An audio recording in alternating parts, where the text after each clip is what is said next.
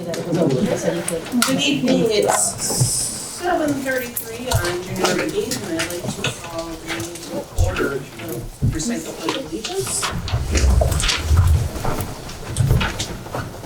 I pledge allegiance to the flag of the United States of America and to the republic for which it stands, one nation, under God, indivisible, with liberty and justice for all.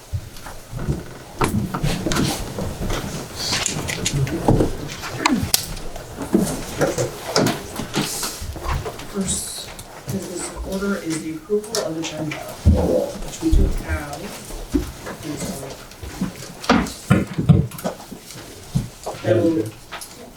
I'd like to move to add to the section of new business, the first read for the policy committee's recommendation on the amendment to policy 9190.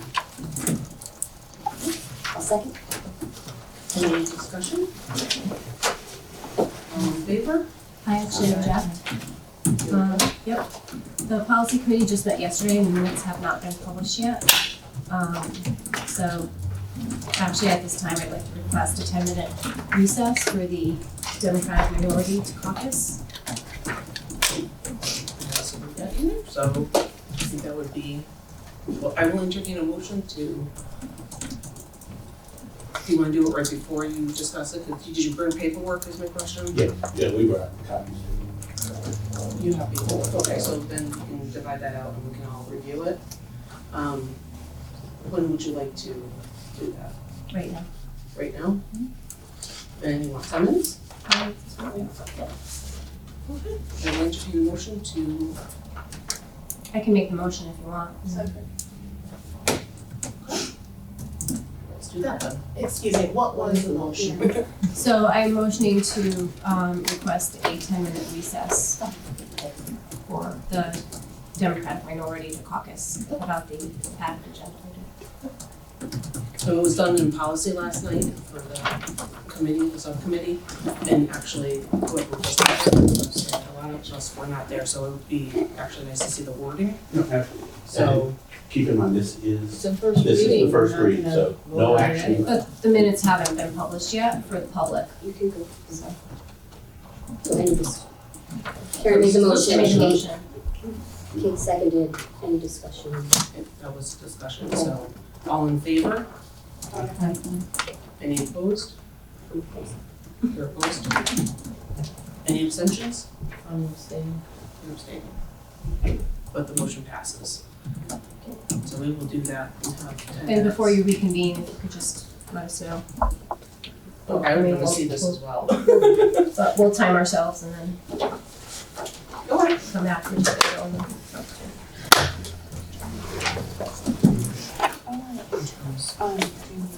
Of adding this to the new business under O.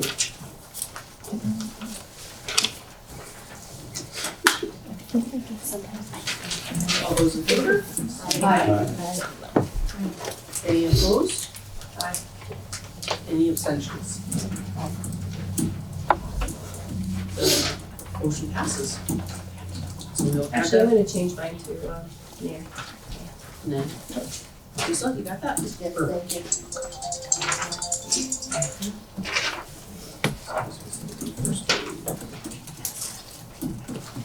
First read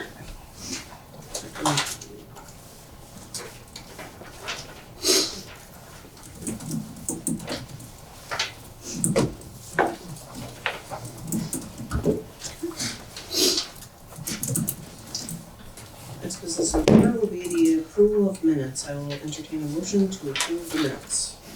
Motion to approve minutes of December 18th. Second. All those in favor? Any opposed? Any abstentions? Motion passes. Okay. We have a public participation next. The members of the town board of ed welcome members of the public to share their thoughts and ideas at this time. When appropriate to do so, members of the board and administration may respond to comments during the votes of interest. However, in consideration of these in attendance and effort to proceed in a timely manner, follow-up discussions may need to take place outside of the meeting settings. And Tony will be setting the timer for 2 minutes.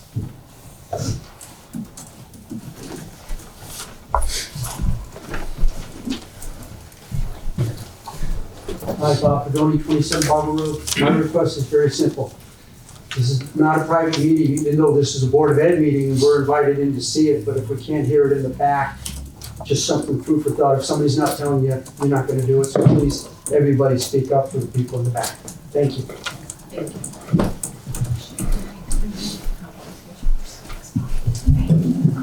Anyone else? I'll go.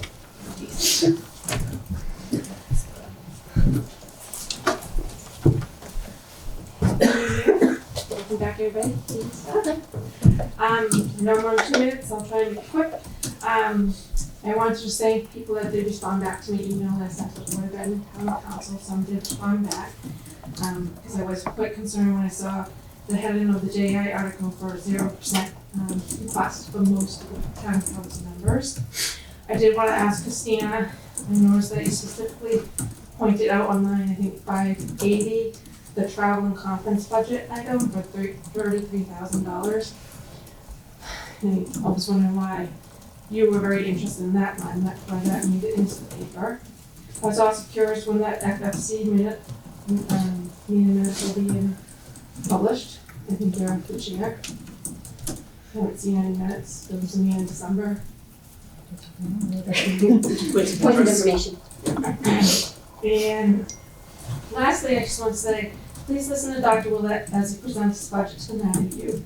Deliberate, don't put a dollar figure on a student. Students are not made from cookie cutter. Each student learns and succeeds differently, whether it is in a regular or special ed, electives, or intervention classroom. That's it. Thank you. Anyone else? We will go to correspondence. Tony, would you start on correspondence? Can everybody hear me? Yes, it's better.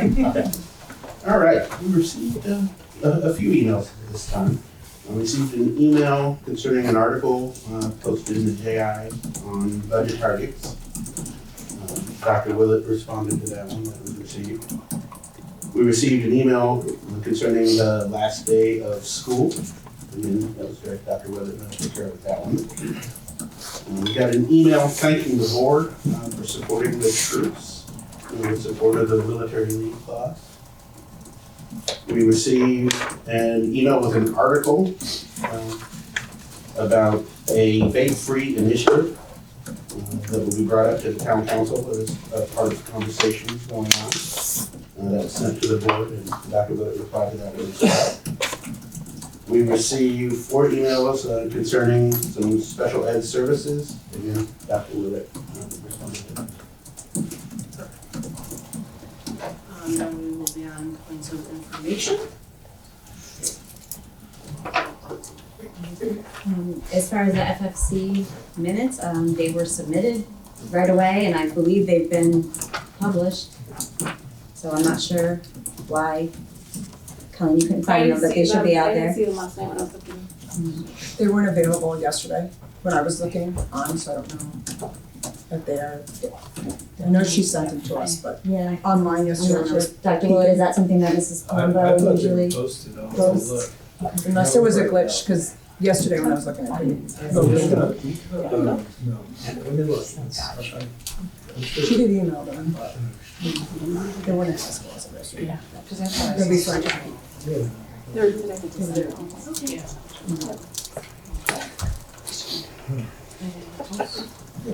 today. You do have to click on 2019-20. Yeah, you have to to put see in the- there. So there's the December 12th, 2019 October FFC minutes. October 7th and December 12th are up there. Is that the one that we're? Yeah, it should be December 12th, should So be the they're ones that there, we it's just you have to click on the She's left looking side for where it. it says. Got them. Thank you. Thank you, everybody. And to answer Colleen's question about why I was focused on the travel and conference line item, the previous board went over budget 200% on that particular line. So it was just something I was focused on in the moment.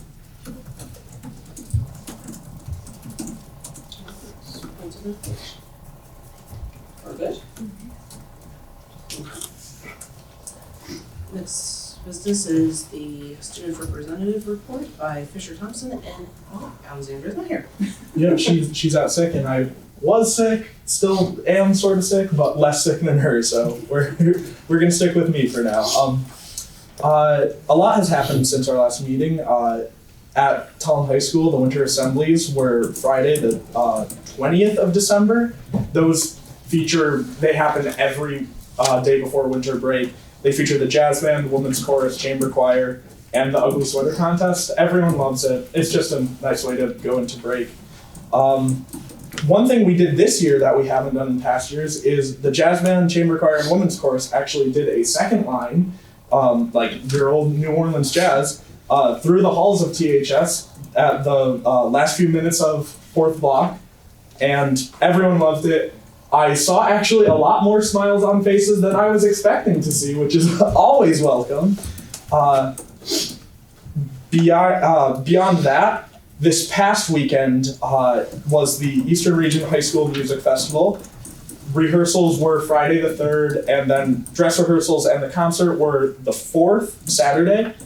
At least one student was in every single ensemble, but in the choral ensembles, I know there were many more than just one student from Tolland. And I believe we had one student in jazz band, one student in orchestra, and three, my bad, in concert band. So we have a lot of Tolland representation there. There is going to be a January jazz concert, the 14th, which is next Tuesday. That's the middle school jazz bands and the high school jazz band. Basically just showing the kids at the middle school what jazz is like at the high school, keeping them into music. Then next Thursday is the THS winter concert, so jazz band, chamber choir, women's chorus. There's a lot. Finals are the 29th and 30th at the high school, which means the mid-semester day is now the 31st. And also the National Honor Society has begun planning for the blood drive, which will be February 26th at THS during the school day. And obviously that's sponsored by the American Red Cross, so that's finally it. And the music video is on the superintendent's page. Yes. So if anybody wants to watch it, it is available. Yeah, cross-posted it to all of the school sites too, so if you want to. Fisher, is the blood drive just for students and I staff? believe it's only for students and staff. If not, we have a few meetings in between, so I'll double check on that though.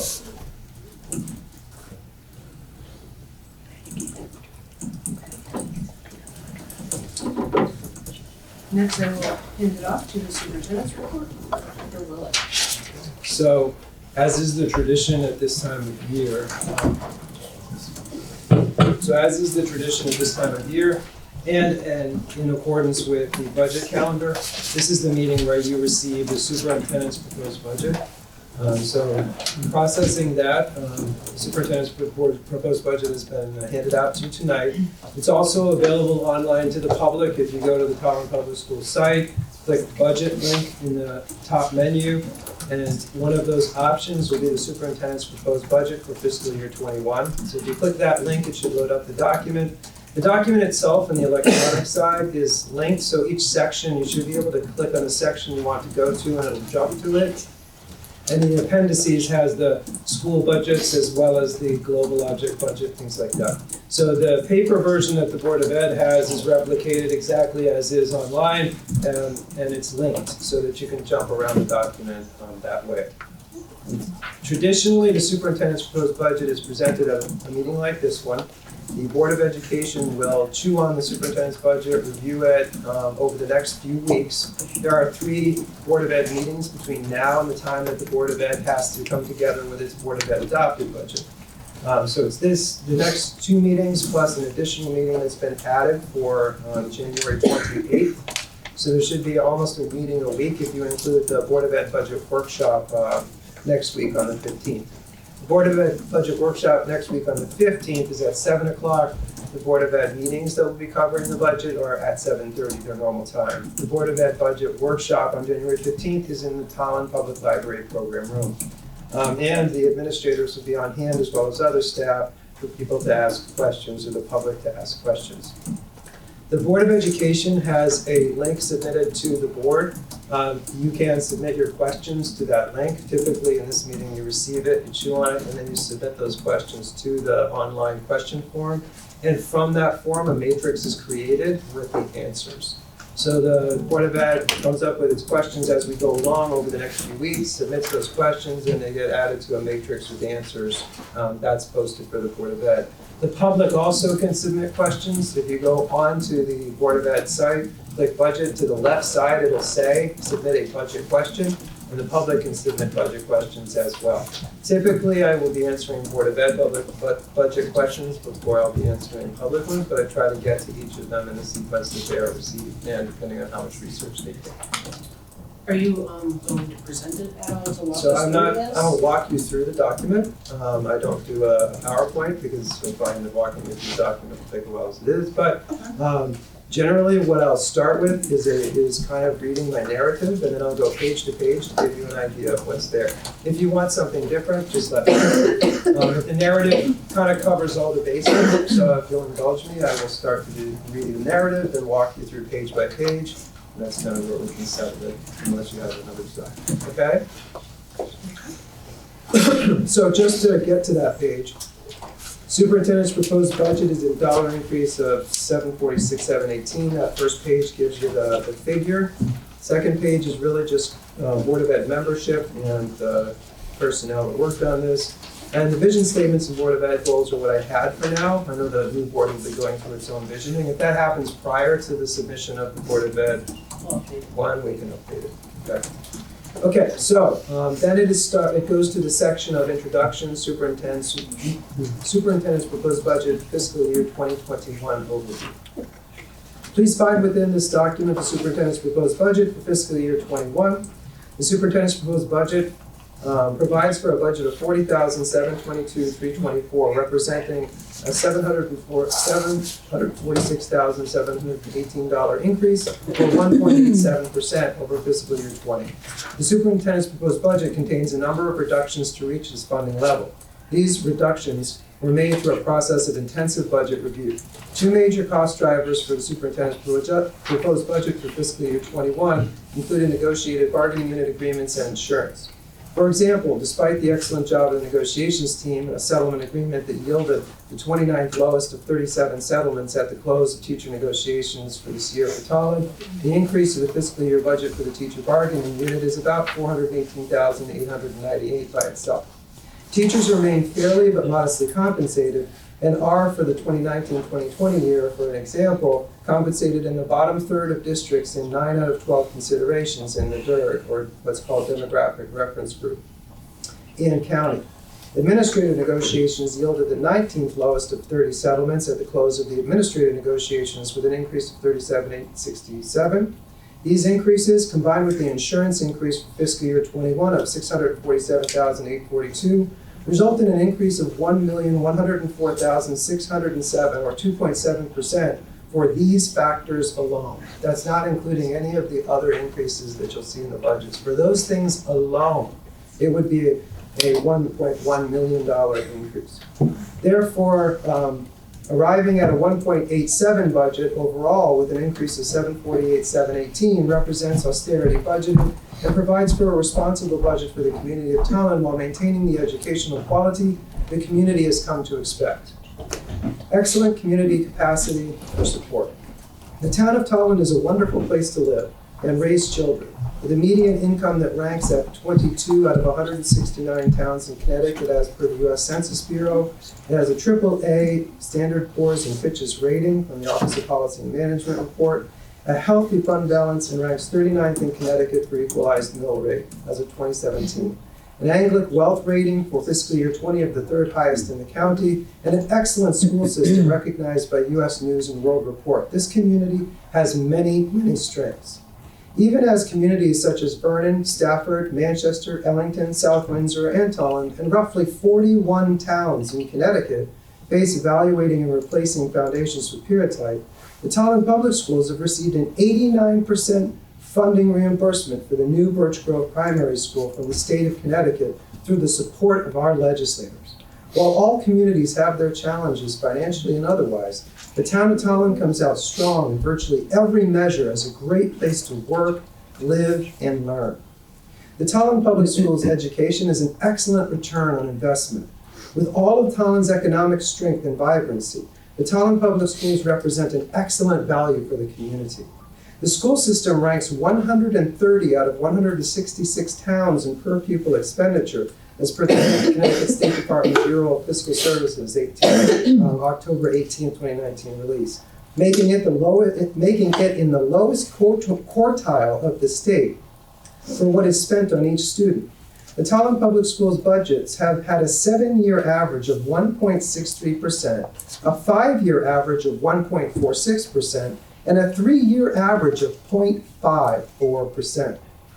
Class sizes are a respectable 20 to 23 in the K-8 range, about 22 in 9-12, and a district average of about 22.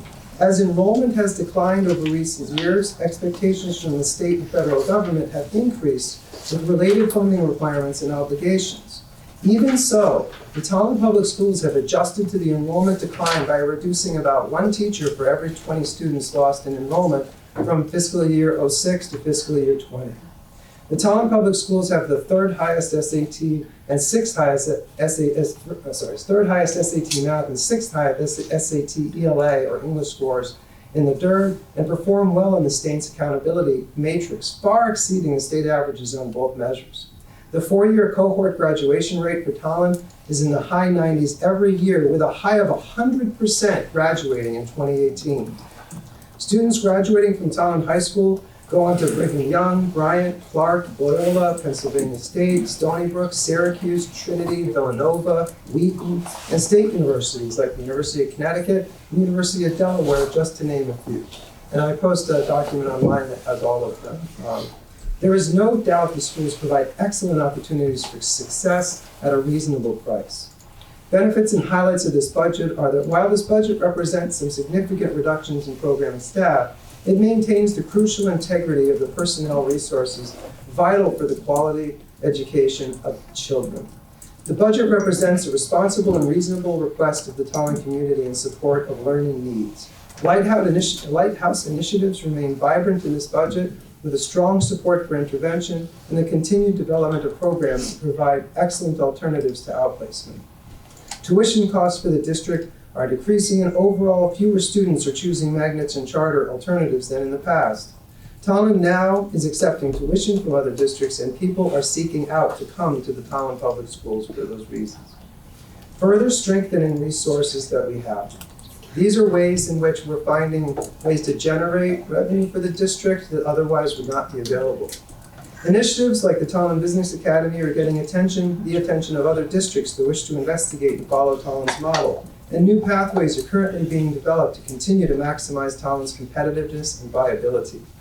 A focus on STEAM, which is science, technology, engineering, art, and math, engineering and science, has yielded excellent results in performance for our students on the science on NGSS, the Next Generation Science Standards measures, and learning opportunities. New opportunities in robotics exist in Tolland's technology program, and Tolland's strong presence in the NGSS development team, in fact, have helped to provide for an excellent implementation of those standards within the district. Through programs such as Foundations, Structured Literacy, SPIRE, and CERTS, students' reading, phonics, and special needs are being addressed. Also, further providing great in-district support for students at all levels providing excellent secondary, college, and career readiness, while also providing excellent internal programs so out-of-district alternatives do not need to be as often explored. With a strong commitment to mastery learning, 21st century skill standards, understanding by design, as well as the development of portrait of a graduate, the Tolland Public Schools is exercising best practice and solid pedagogy that lives up to the requirements of the state and federal government and puts the district on the right path in preparation for approaching accreditation process with the New England Association of Schools and Colleges that is coming in this decade. The superintendent's proposed budget also maintains crucial programs that provide excellent educational supports for children in general and special education. These programs provide high-quality curriculum and practices that strengthen teacher capacity, student learning, and ensure excellent programming structures that minimize the need for outplacement. The decreased tuition costs cover by far the cost of such programs. The programs are part of our professional development and professional education services and include data-based interventions, autism ADA consultation and support services, and literacy house services. Through data-based intervention programming, Dr. David Kearns teaches a way to drill down to specific needs, areas of students, increasing staff capacity in this area. The training will be disseminated in the future without the need for direct services, but next year the service will play a large part in helping identify students at a younger age and earlier level who have trouble with reading and math in both general and special ed populations. This helps the district serve students who might otherwise be overlooked, helping address student needs before they become a larger problem requiring more intensive services. The district provides excellent supports for students with ADA needs and embarked on this endeavor around 2007. Students coming into the district at that time are progressing to higher grades, and in the past, social communication needs and other needs made outplacements a typical option. The specialists utilized for autism services help train our teams of teachers and work directly with population of students. Along with CERTS, these program structures have provided excellent services within the district that promote alternatives to outplacement, and in addition, this service has been effectively utilized in district mediations and instructional support. Literacy How coaching and program development occurs in all of the district's buildings with special education and general education teachers and interventionists. Coaches also work directly with students and help implement the structured literacy program. Structured literacy is a science of reading instruction that helps support struggling populations and strengthen all student capabilities. This coaching and consulting provides training for teachers and ongoing PD and support during the instructional day, as well as numerous resources. The program was instrumental in developing the structured literacy program in the Tolland Public Schools at all levels, including a high school class and overall curriculum writing and development. We have had a significant impact of reductions in this budget, and despite the strengths that this budget provides, reductions to the budget do have impacts on the overall system. These impacts include the loss of a 5th grade teacher, the loss of a special education caseworker position, and the loss of an art position at the high school. In addition to these personnel reductions, 3 freshman sports teams, boys basketball, boys baseball, and girls volleyball, are also eliminated. Significant reductions were made to technology service requests, professional development, conference, travel, books, and opportunities, and equipment like office supplies. Textbooks, consultant services, and educational materials, for example, math and science manipulatives and equipment, were also heavily reduced. From a program standpoint, many programs were removed from the budget, including a RAS program, a standards-aligned reading practice program, personalized teach student, Newsella, a reading program that supports differentiation of lexile levels, and the general education implementation of Literacy How. In math, the Kendricks program and materials are eliminated. Across the board, reductions were made to substitutes, office, and classroom supplies as well. In summary, the superintendent's proposed budget fiscal year 21 offers strong support for student learning and program opportunities, continuation of program efforts that maintain the competitiveness and vibrancy of the Tolland Public Schools, and supports student learning and social and emotional needs. This is achieved within a reasonable budget request. It is respectfully submitted to the Board of Education for review. The next page gives you data points. These data points talk about median income, rankings, the data points for some town information. The Board of Ed adopted budgets. This isn't Board of Adopted, these are actually the budgets that went through. So the 7-year trend, like I said in the narrative, is 1.63. But that 3-year trend is a 0.54.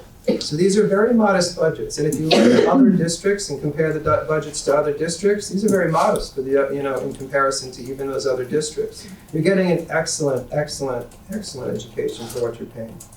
AAA rating, again, 130 out of 166 in per pupil expenditure. The teachers have a fair contract, but it's a reasonable contract, and the Tolland Public Schools are getting a good deal from the teachers. The average class sizes are decent right now, provided we don't take on any more austerity hits. And over the span of fiscal year 6 to 20, there has been an adjustment for enrollment, and that's part of the figures and that's part of the data. If you take a look at the object budget information, this is amalgamated lines to give you a general idea of where the major reductions and any kind of increases came. If I point your attention to, the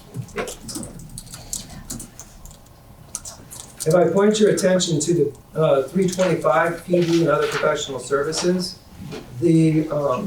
what I was describing in my narrative with respect to some of those programs, the data-based intervention Kearns, the autism specialist, the literacy how for special education, those are all included in that line. So literacy how is 144,000, autism is specialist 75, data-based intervention is 45, and also included in that line are audiological outreach services. These are services with hearing aids that we have to have, and that line is going up. There's more kids with hearing challenges that are being presented, and that's 33. So about $297,000 to $300,000 of that line of PD and other ed services are comprised of what I described. That's 300,000 of that line, leaving about 45,000 roughly for all of the rest, which is still broken into a number of different places that I can go into later. So if you look at it, it gives you generally where the district is, and I assume this is where most of the questions and things will be coming. You'll notice that tuition is down. You'll notice that health insurance is up by $647,842, which is illustrated in the narrative. And you'll notice that the salaries and teachers, have dropped, and certified, non-certifieds have gone up as per bargaining unit agreements. Grants, this gives you a good idea of the federal grants. And so each of the grants pages gives you all the federal grants, the state grants, and the excess cost grant. In this district, I complete the Title I grant, the Title II grant, the Title III grant, and the Title IV parts of the grant myself. If you go to the state grants, thank God we have a science supervisor. He did the Paul Perkins grant this year. Otherwise, to his credit, I wouldn't have been able to have time to do that. He did that, and I thank him for it. We also have primary mental health. Open choice is considered, we stick it under a grant area, but that's roughly what we get for open choice overall. It's broken into 2 or 3 components. One goes to the town that they ultimately scoot over to us, the other comes to us, and the third part is in what's called the academic and social support grant, which is something that I fill out. The Family Resource Center, we receive a grant for that, and the teen program file and receive a grant for that, which I'm not sure what we're going to get this year. Most of the grants in the district are completed by me or one of the other administrators, in this case, the science supervisor, Bridget Perkins one. And we do have the team at Birch Grove that does most of the mental health program, primary mental health grant. Although that, I'm not sure if that one's actually going to happen this year or not, but we put it in because it has a good chance of happening, or I hope it does. Excess cost. On the next page is excess cost. This describes generally how excess cost works in the district. You'll note that if you take a look at 1920 estimated, that's going to be different than one of the other pages, but that's because that information was revised by the state. The one that is on subsequent pages is what was actually in the budget booklet for the Board of Ed adopted budget. It's slightly lower at 875. This one's 894, but that's because this, since I'm reporting it in a column of what it was in the document, that's what it was in the document. That's what it was related to be. This is updated based on what we are projecting from what it could be for this year, based on what we know. But again, anything that is 1920 or 2021 is a projection because excess cost doesn't really get finalized until February and then really finalized until May. We get 2 payments in February and May, and we haven't received either of those yet, obviously. So that's still somewhat hypothetical. The note at the bottom describes how excess cost works. There is a threshold number that is set by the state, and a lot of times we have to try to project what that is. That's available if anyone wants to see it. All of the state's threshold numbers for, and information for per pupil expenditures and all that is available, and I can provide it. I post most of that as I get time onto the website. But the way it works is there is a threshold number that anything below that threshold you do not get reimbursed for. And above that threshold, you get reimbursed at a certain percentage. And that percentage fluctuates from year to year and can change. So for instance, you might get 75, you might get a certain percent back over 77,000 in this particular case. And that is usually broken into 2 payments, one in February and one in May. I can go into that more as we go along. Budget considerations page. This is a page that just gives you the general idea of where the chunks are. It's the general idea of where the chunks are. So for instance, what do we think we're going to get from open choice in fiscal year 21? About 90,000. What do we think the local ECS funding is going to be based on the legislation 17.2, the bipartisan agreement that came down a few years ago? Now I think it's 2. There is a budget walk down that they have basically coming down about 302,000 every year. This reflects what we believe it'll be based on that chart and that information and that legislation from the bipartisan budget. The governor's budget can have all kinds of draconian things in it, but this is what was in that legislation, and that's what the government state legislature came up with. So that's where that figure comes from. Reimbursement is just the guess again. Pay to participate is our projection of what we're going to get for pay to participate. And then Medicaid, excuse me, and then ultimately the totals. Also, it gives you again the grants, just in a different, kind of more condensed way. On the next page are the FTEs. This gives you the positions in the district of the various bargaining units, how many people typically, and what is composed of. You'll notice that the actual from 1920 to the proposed is a reduction of the 3 staff that I mentioned in the presentation narrative. Know that a number of requests came in, including we desperately need a facilities foreman or forewoman, but that was taken out. A number of requests came that were going to be part of it based on what we felt like we needed. That wasn't even included because, again, as part of federal austerity budgeting and trying to keep things where they were, I did not include those kinds of requests. We received probably 11 personnel requests from various things that were needed in one way or the other, I did not process any of those or ask for any of those based on what seemed like was the context of where everybody was at. So right now what we have is a reduction on FTE down to that 30, for teachers to 49.8 and ultimately 411.7. Enrollment, as I said, it's about 1 teacher for every 20 students over from fiscal year 6 to 20 that was been reduced in adjusting for enrollment decline. But this enrollment page gives you a general conglomerated view of it in the first one for historical, and then projection. It gives you basically the projection that I got from NESDEC. And you'll notice that pre-K to 2, it's actually starting to climb back up slowly. So even though enrollment is down overall, pre-K2 is starting to climb back up to an equilibrium, some kind of equilibrium as we get down in the years. And ultimately through 2025, you can see where the district is generally going. I usually try to put about 5 years out because that looks like about as good as you can get with some of the predictability on it. And that was also some of the things thought about when the new Birch Grove was coming in.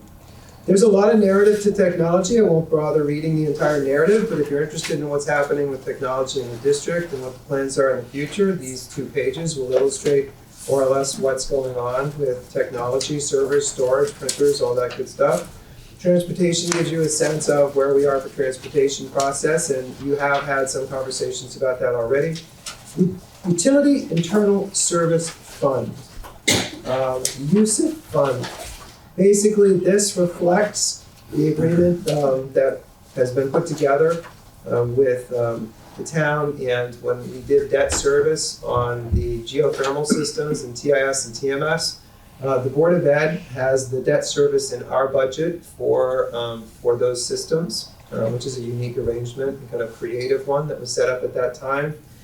This gives you an idea of the overall cost of energy, about $1,493,949, and all of the breakdown of electricity, oil, water, and all of that.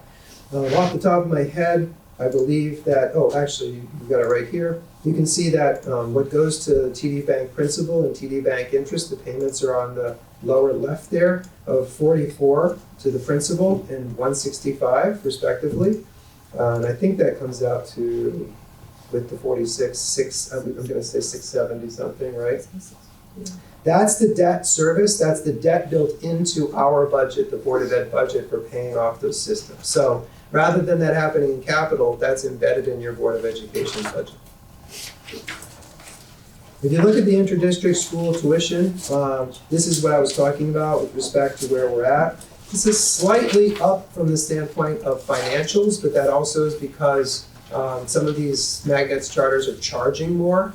But in general, if you look at from a few years ago where we are, we're far better off in this area than we were in the past. So if you look far, back a number of years, we were much higher on this, and we're much lower now because we're doing much more favorably with respect to that. Special education is the next page. If you take a look at it, it gives you an idea of where the outplacement locations are. It also talks about parent choice facilities utilized. And it gives you, again, a narrative and an example of how the excess cost works. One student out of district tuition can be about $125,000.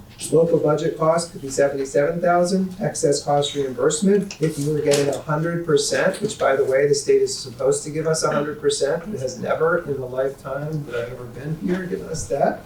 But if we were at 100% reimbursement, you get $47,942 on that. If you're estimated at a 70% reimbursement, you're getting $33,000.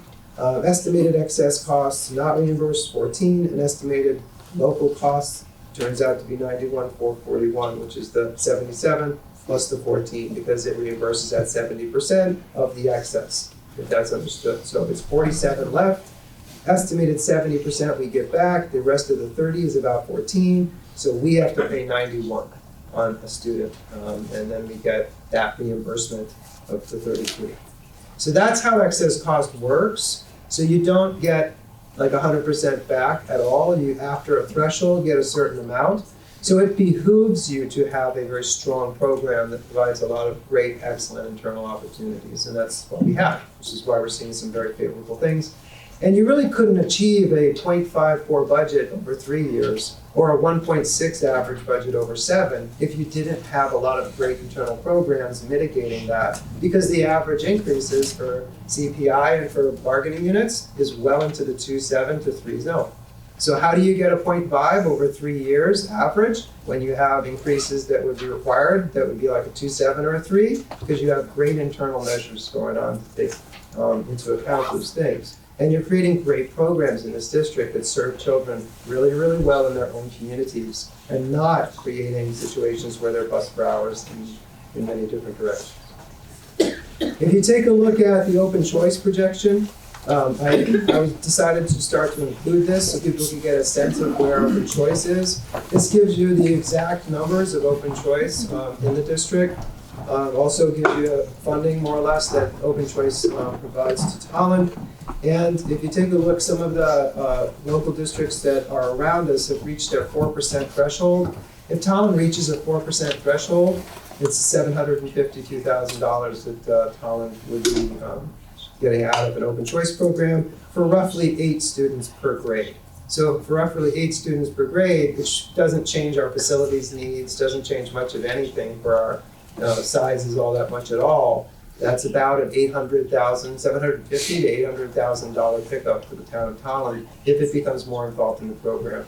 I only say that because this is part of the financial discussion. The actual benefit to open choice is far, far, far, far beyond this financial component.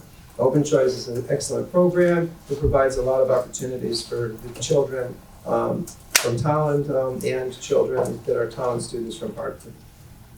If you look at the fiscal year estimates, next page, salaries and compensation, also including this. This gives you by position what each person is expected to be compensated in the fiscal year 21.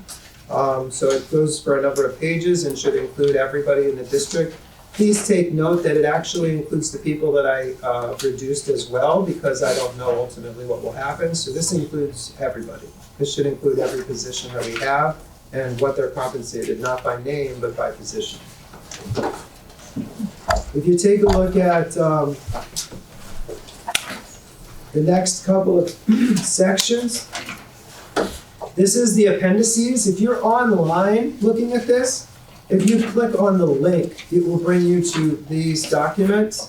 But if for the board's edification, these are actually in paper in your folders. These are an actual summary. There's a summary budget overall, which gives you the actual summary amount by program if you go through it.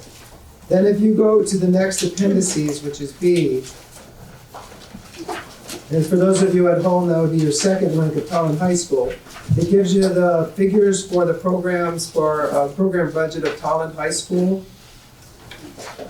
And similarly for each of these, it gives you the program budget for the middle school, and then ultimately the program budget for TIS and Birch Grove, and then the final document in the appendices in the budget. Just get my fingers through. And at home, it'll be the last link on the thing is the object detail. So it gives you an object view of it rather than a program view of it. So you can see the helicopter's view of all of the different objects. So that is the superintendent's proposed budget. Typically at this point, the Board of Ed takes it and starts to develop their questions and thoughts. And over the next 3 meetings, those are talked about in public session, the board submits its questions through the link that is sent to you, and then a matrix document of your questions and the answers are developed and posted for you. And similarly for the public, on the main site, clicking on budget, going to the question area and submitting your questions, a similar matrix is created for the public site. It has those, and most of the time, those 2 things overlap. At some point in that span of time, I actually might create one whole big document, but a lot of times, I keep board and other ones a little separate so I can see the board ones come first and try to handle them.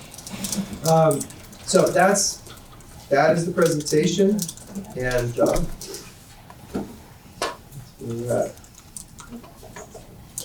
I have questions already.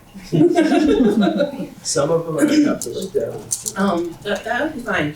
I did ask you for a enrollment by classroom size, because I do hear rumblings that like some of our 5th grade classes have 25 students, and that to me is not acceptable, but I don't know if there's any truth to it.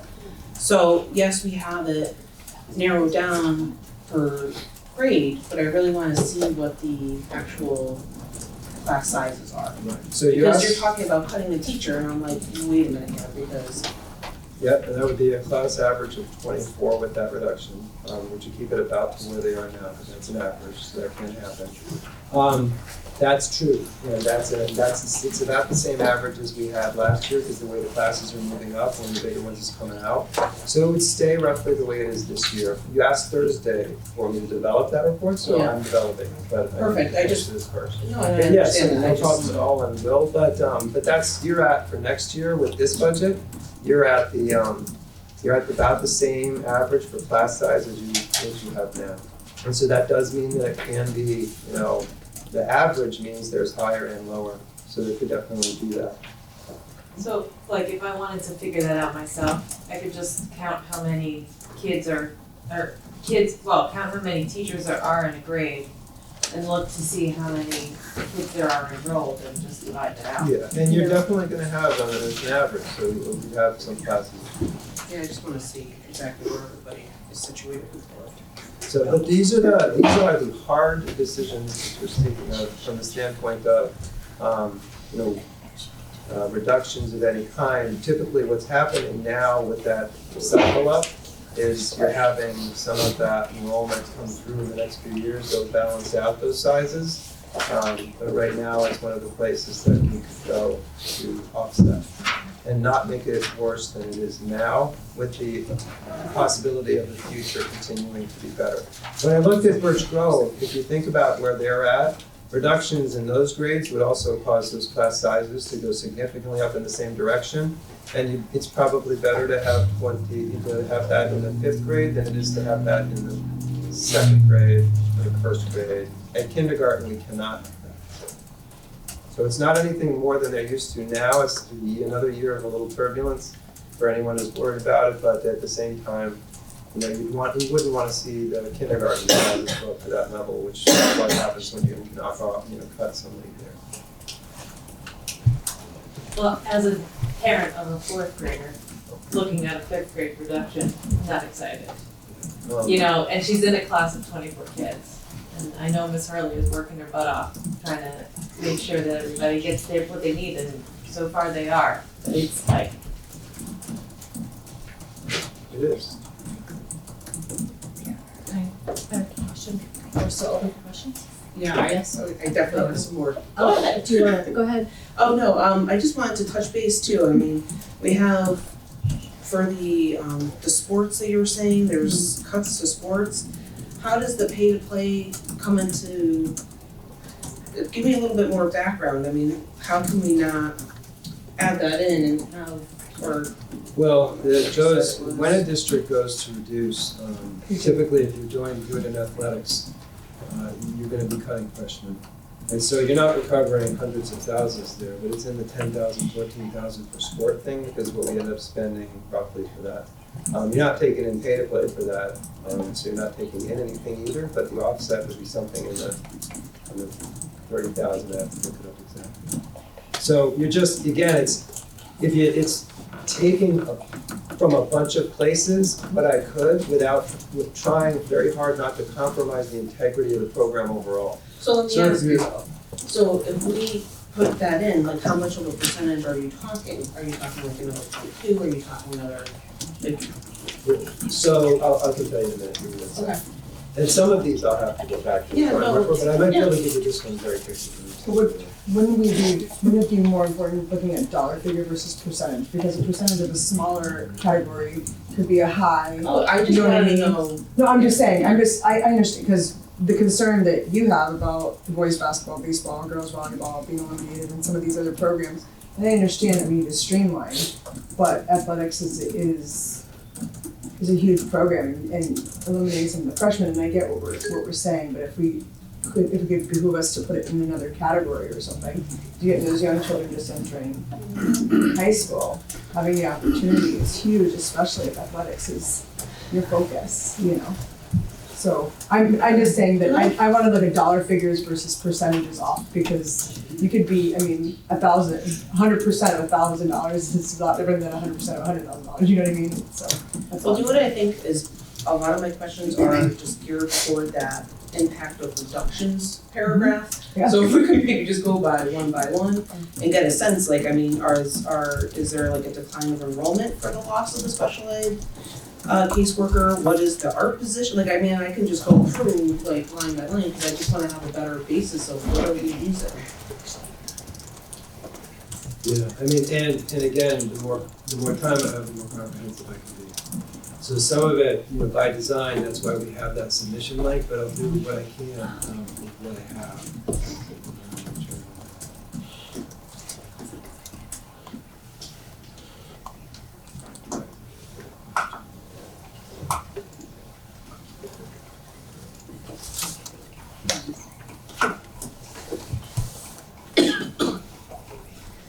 Can I just say, just from past experience.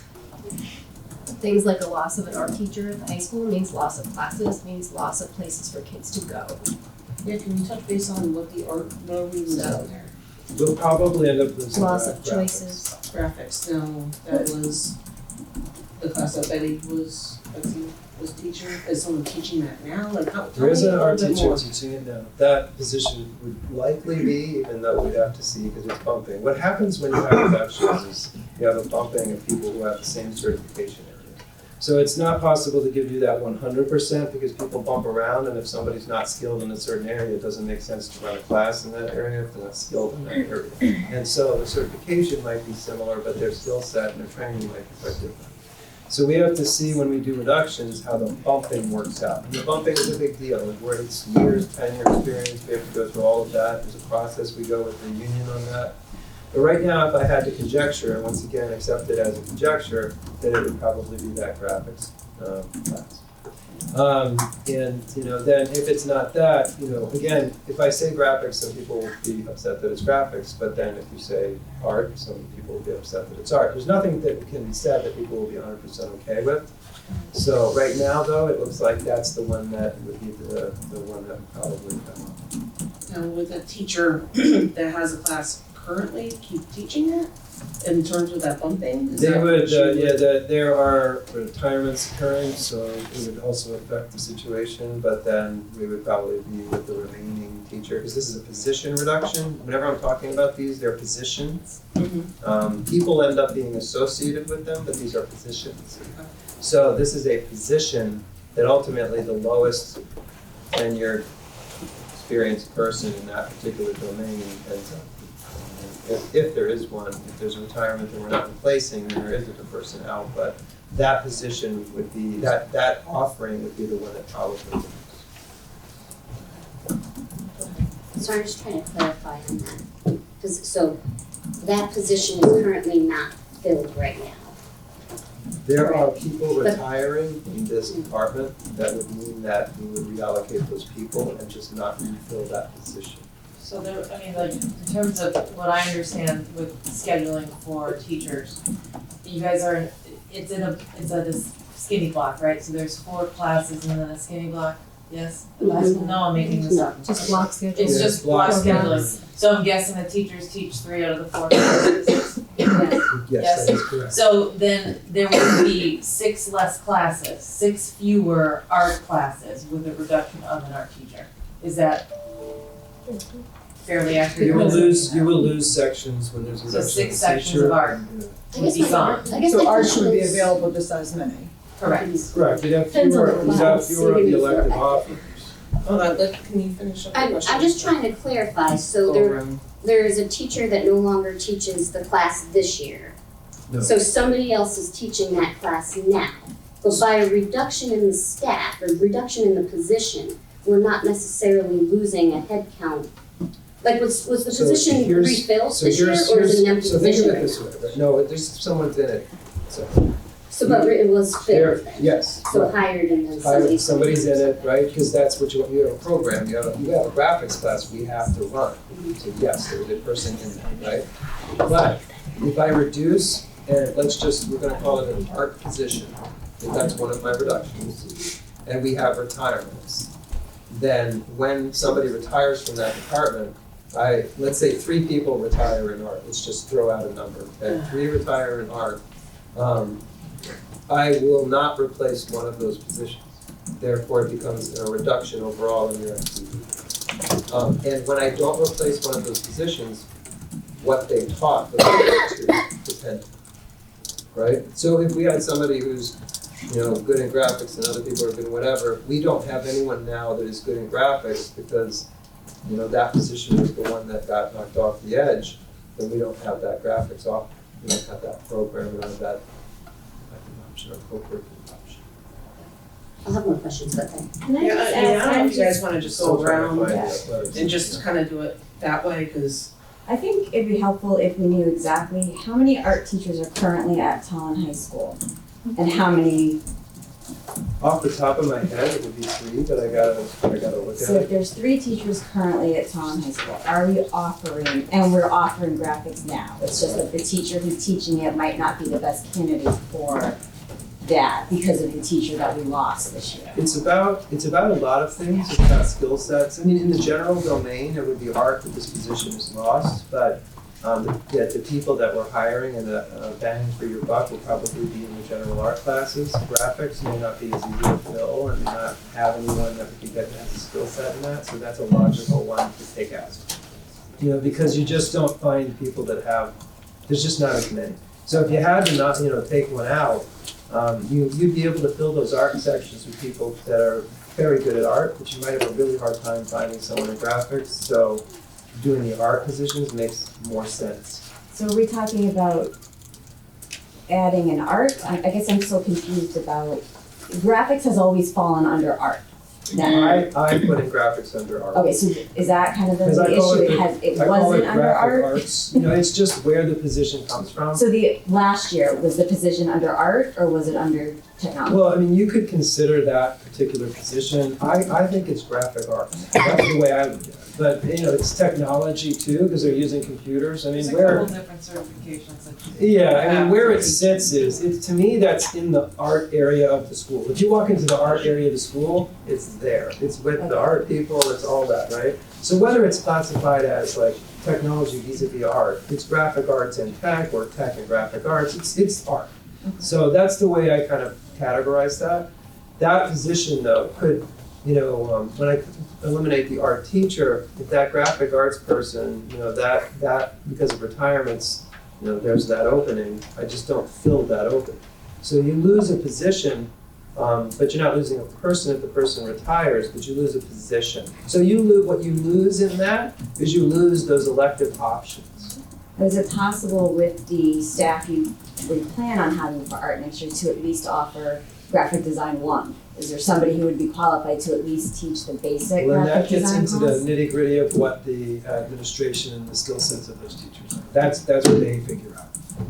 And where it makes sense to do so and there's a skill set to do so, maybe. It depends on what they feel is the most useful thing for that curriculum. But I have to leave it to their expertise to know.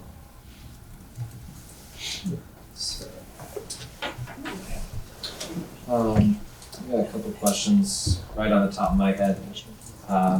First one, maybe I just missed something. I noticed in the objects budget information table, you have custodial salaries increasing.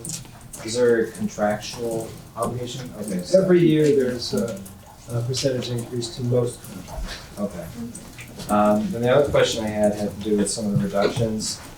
I think I counted 3 different programs that you mentioned were being reduced. I wonder if you could, or the RAS program, the Lexile, or not the Newsella, and Yeah. could you just speak a little bit more why those 3 and Well, when you're evaluating the ROI on these kind of things, and return on investment, what we can do, if we had to lose something, then I actually don't want to lose those programs. I want to keep those programs.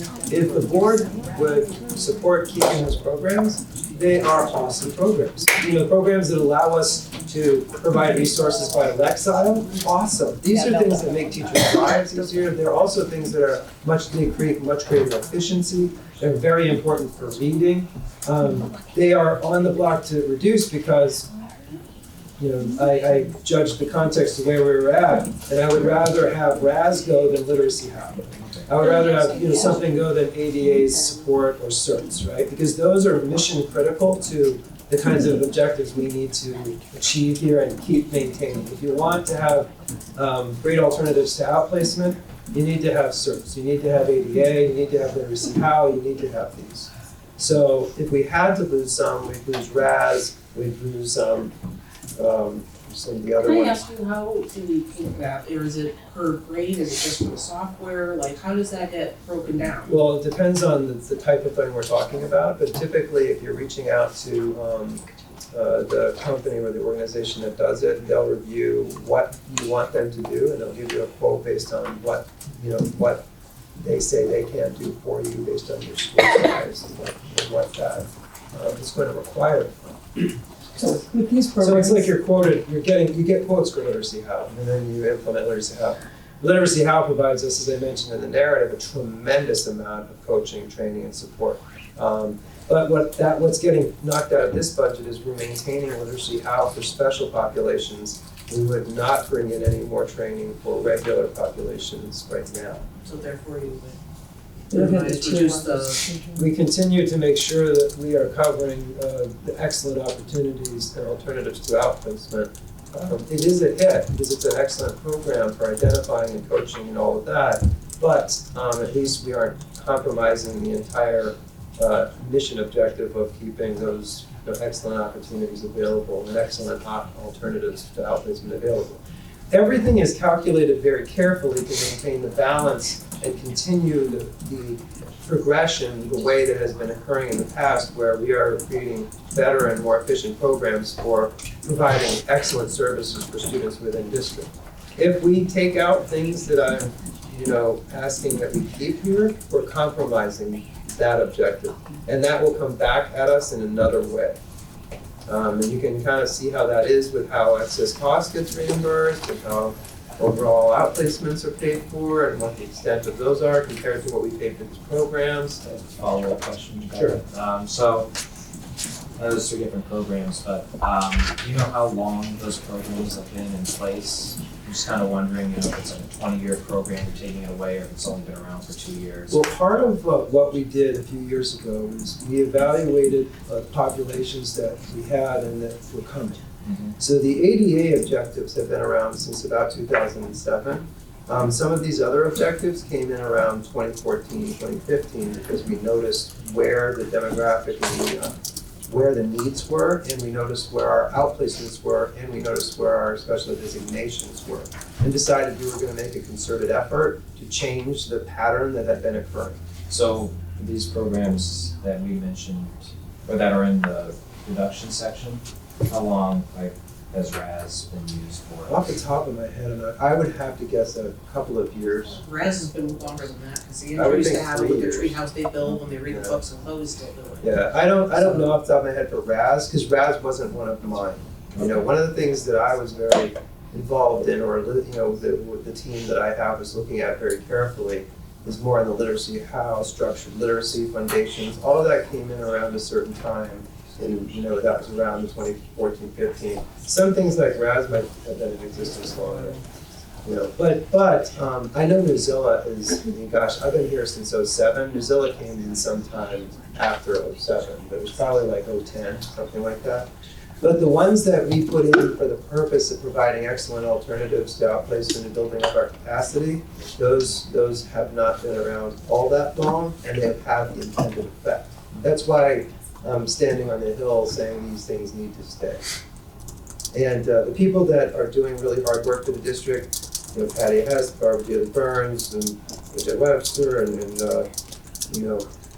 all of the supervisors, Mark, they're all very focused on these objectives too, and what we call the lighthouse, or we're calling these programs that protect the district's resources.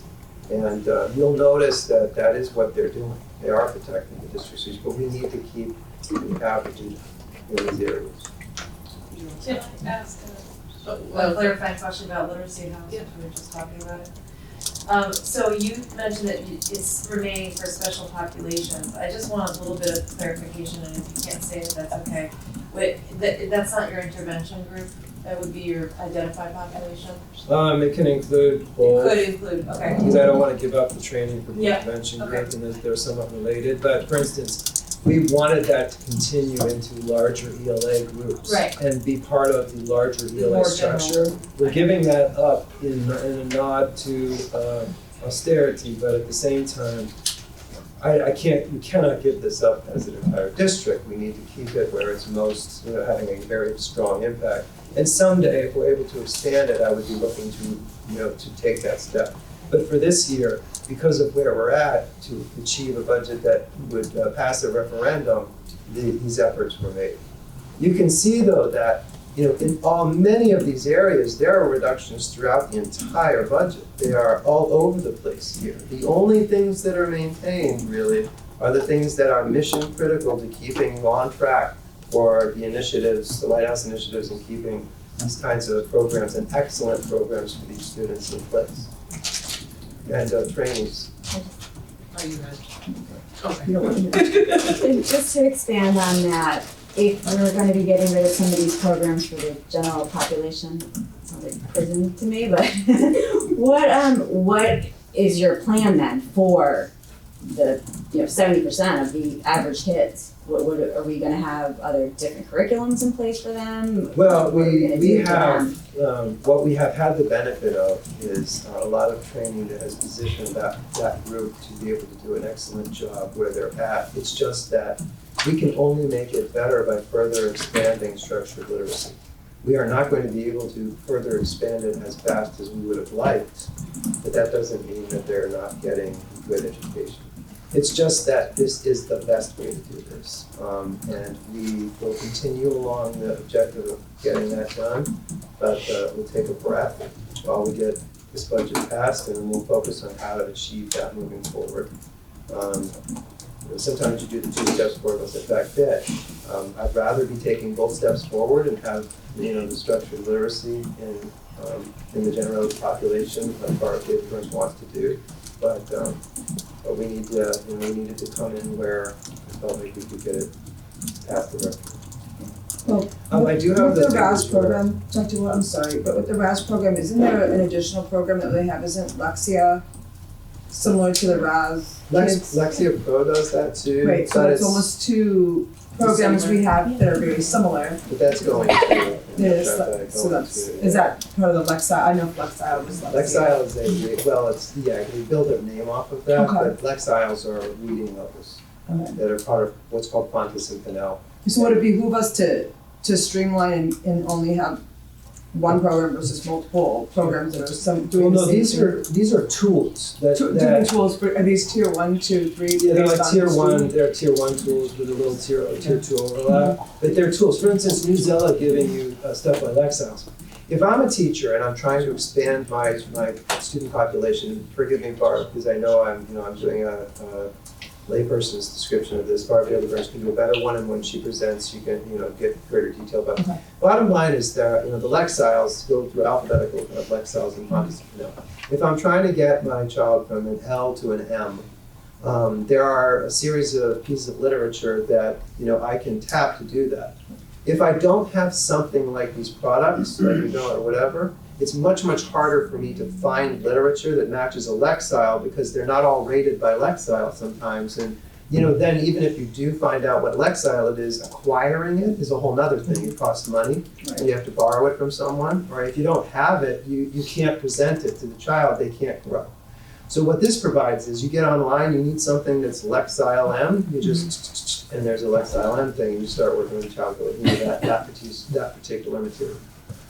So it makes it much faster and more efficient to serve children that way. Otherwise, you're struggling with 20 kids, 22 kids, 25, trying to figure out where you're going to find that material. And that's where the bottleneck comes, and that's why it affects your execution. Loss of these programs affect our execution significantly, but we still keep our foundation of structured literacy, of foundations, of the major programs we're trying to keep going here. We keep those going in certain populations that are in desperate need. So, it's not great. No, I want that. I want this. There's nothing in here that I don't want. I want a lot. But, and I want it for the right reasons. I want it because these things actually help the education system help children. But what we're asking for is not without its sacrifice and compromise. This is a budget that sacrifices staff, that sacrifices programs, that sacrifices a lot to reach an objective. This really could not go any lower without creating major damage to the programs that actually benefit your district. So you just have to be careful about, that kind of thing. And I just want to. I do have the athletic thing. So roughly, you're looking at about 2,787 for freshman girls. Freshman boys is roughly 3,484. freshman boys is over 2,787. So it's, it's not massive dollars, but again, this is a little bit here, a little bit there. It's about 14,000 if you add up everything, because there's other officials in there. So it saves about $14,790.47 roughly if you eliminate the freshman girls volleyball, freshman boys basketball, freshman boys baseball. The thing about it is that remember that it's $14,000 here, it's $5,000 there. I had to piece it together to get to the 187. If you start cutting, unless you're adding something back, finding alternatives for 15 is hard, because this was taken from many meetings where I discussed it and said, what's the minimum possible impact here? And from athletics, this is what I got as the minimum possible impact. I asked that same question of all of the admin and many of the cost center managers, what can we do here to keep this budget modest and responsible that would not rock your world in terms of destroying your program or the integrity of your program? This is what I got from that. So if we start changing that up, you're changing what your professionals have told you is the minimum impact. Can I just a quick question about that? Have we talked to Mr. Zenzak about the effects of the kits? Will these kids still get to play if only given a JV opportunity? So when we discussed it, we felt like the JV would be absorbing some of the kids that would have been freshmen. And that typically in athletics programs, if you're going to do an adjustment, you do it in the freshman programs, because JV can absorb some of them. What happens is, and I don't like to see this either, in all frankness, if you're not an ace at that particular sport, if you have a freshman program, you have a much better chance of playing for the school. Because not all the aces, if you're building your skills, you might be in the freshman program rather than the JV, right? So what it does is it expands the number of kids you can have in sports. But if you have to reduce, it would be better to do a couple of things like this than lose literacy half, or lose a math teacher, or lose that kind of thing. So that's what we try to balance out. Okay, let's do Karen Sure. So I have concerns about all of it. My first question is general education implementation of literacy. How? I know that you kind of already talked about that, but that tells me with this literacy how program, especially with our general ed population, that we risk having kids fall through the cracks again. Not there. It's not great that we can't continue in that way.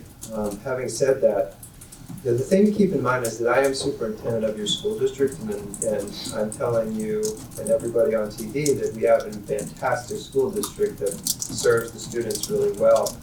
Is it great that we wouldn't expand literacy how into the general ed population through ELA? Nope, that's not great, but I plan on keeping on that horse, and you'll keep that going.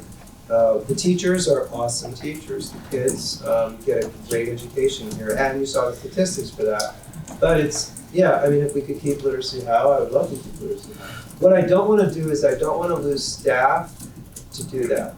What we have here is we have a balance now of programs that are our core critical need programs, and a responsible adjustment of staff to the greatest extent that I can.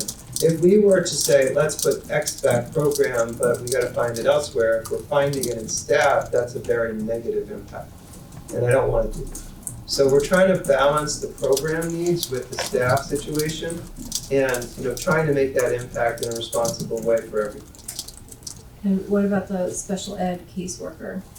Again, it's not fantastic. Obviously the special ed. I feel like that's really a step hard. backwards from our efforts. So it's always a question of, when I look at all of that, I think about our programs and how I can achieve it. I feel like we will be able to achieve what we need to achieve, and do what we need to do. But the bottom line is, so anytime we ask any question about any staff, the other question that comes after it is, then what else? Is it going to be math? Because we have a couple of math retirees. Is it going to be in grades 1 or K? Or if you try to do it in K, you're pushing that right up against 20. You don't want that. You do it anywhere in the pre-K zone, you're pushing those class sizes into the 25 zone. That's not good. Anywhere you look for this, you're going to have an impact that's extremely unfavorable. So what I'm trying to do is balance, you know, what I feel like we can do right now, and I'm not putting it out there like, it's really not Walt's budget as much as it is superintendent's budget. I don't wanna see these people reduced. If you wanna add them back into the budget, it'll be a really happy day. I love these positions, I love to keep them. I have to figure out where the balancing act would occur here. And, you know, again, this is another retiring person too. Like this position is a retiring position. No. I'm okay for now. I just wanna thank you all for all the time that you put into putting the budget together and, that, you know, I know it's very time consuming. I do wanna just point out that I know that this is really a hard balancing act. But I do think we just have to keep in mind that even though the dollar increase is $746, there's 300,000 loss of revenue from ECS, so really it's, the hit, if you will, is $1 million, right? So I just feel like that's something that we have to keep in mind as well. And I did wanna just ask about the health insurance, you said it's going up 684,000? Is that, you know, kind of, is that experience driving that? Is that an increase in, I mean, It's a what's happening there? recommendation of our, Lot. Okay. and we had a, That's okay.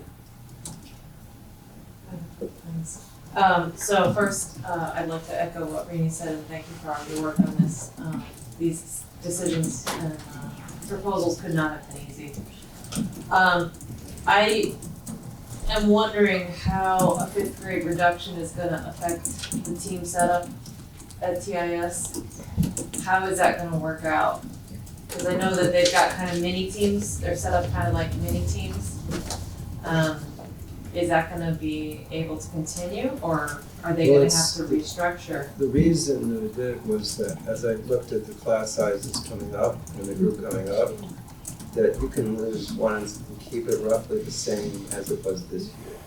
It's not good. I'm not saying I want any of that. I I'm don't. not saying you do, I was Yeah. just thinking But- about the But team if we structure. keep it roughly where it is, and then as the classes come up through the next few years, it stabilizes a little bit, which it would have stabilized. If we wanna keep a position and keep that one, fantastic. But again, if you don't, you gotta start looking in either direction, and that's teachers at the high school, or teachers that, you know, it's not great, I know that, and I wish.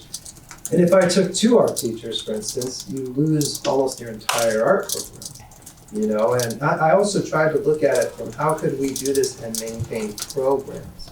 Because your programs are your competitiveness, and they're also your co-curricular and electives. So, like if I took all 3 from art, you lose your entire art program. You know, so you don't wanna take it all from one place. You wanna try to put it in places where you're not losing a whole program when you lose that position.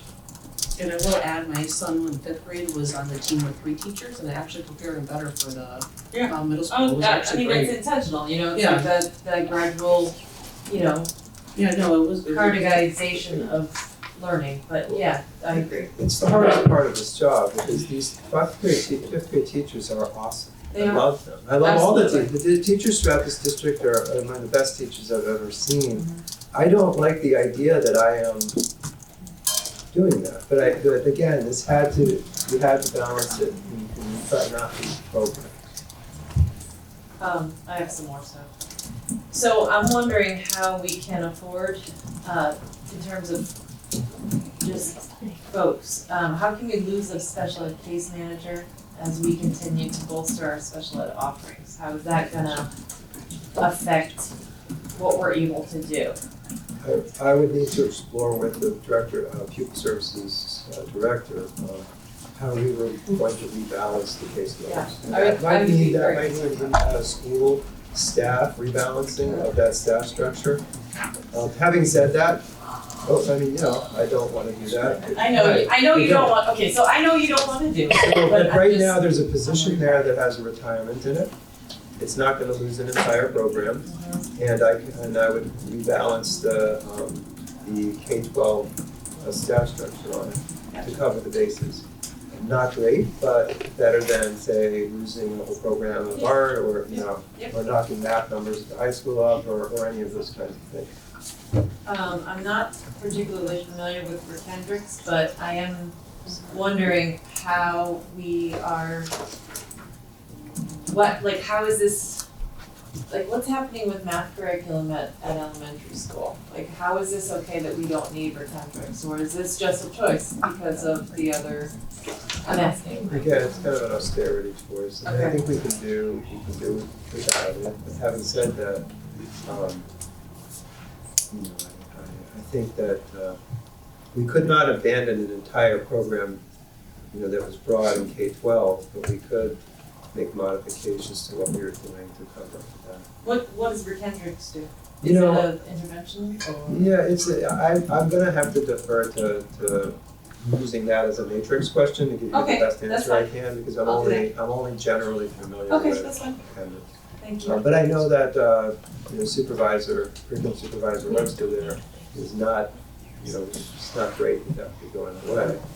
Yeah, but again, my objective was to maintain the core programs that provide the results we want, and then just do what we can. There's about, if you came back to me and said, well, we're gonna do a 2-5, put back certain things, I could go to those supervisors and those administrators and do all that, and I will put all this stuff right back in, or, other things back in. But the assumption was that that's not, I'm just trying to do the job that you want me to do for the district, to balance all of it. I have one more question. There's no assistant superintendent of curriculum, learning and instruction in this.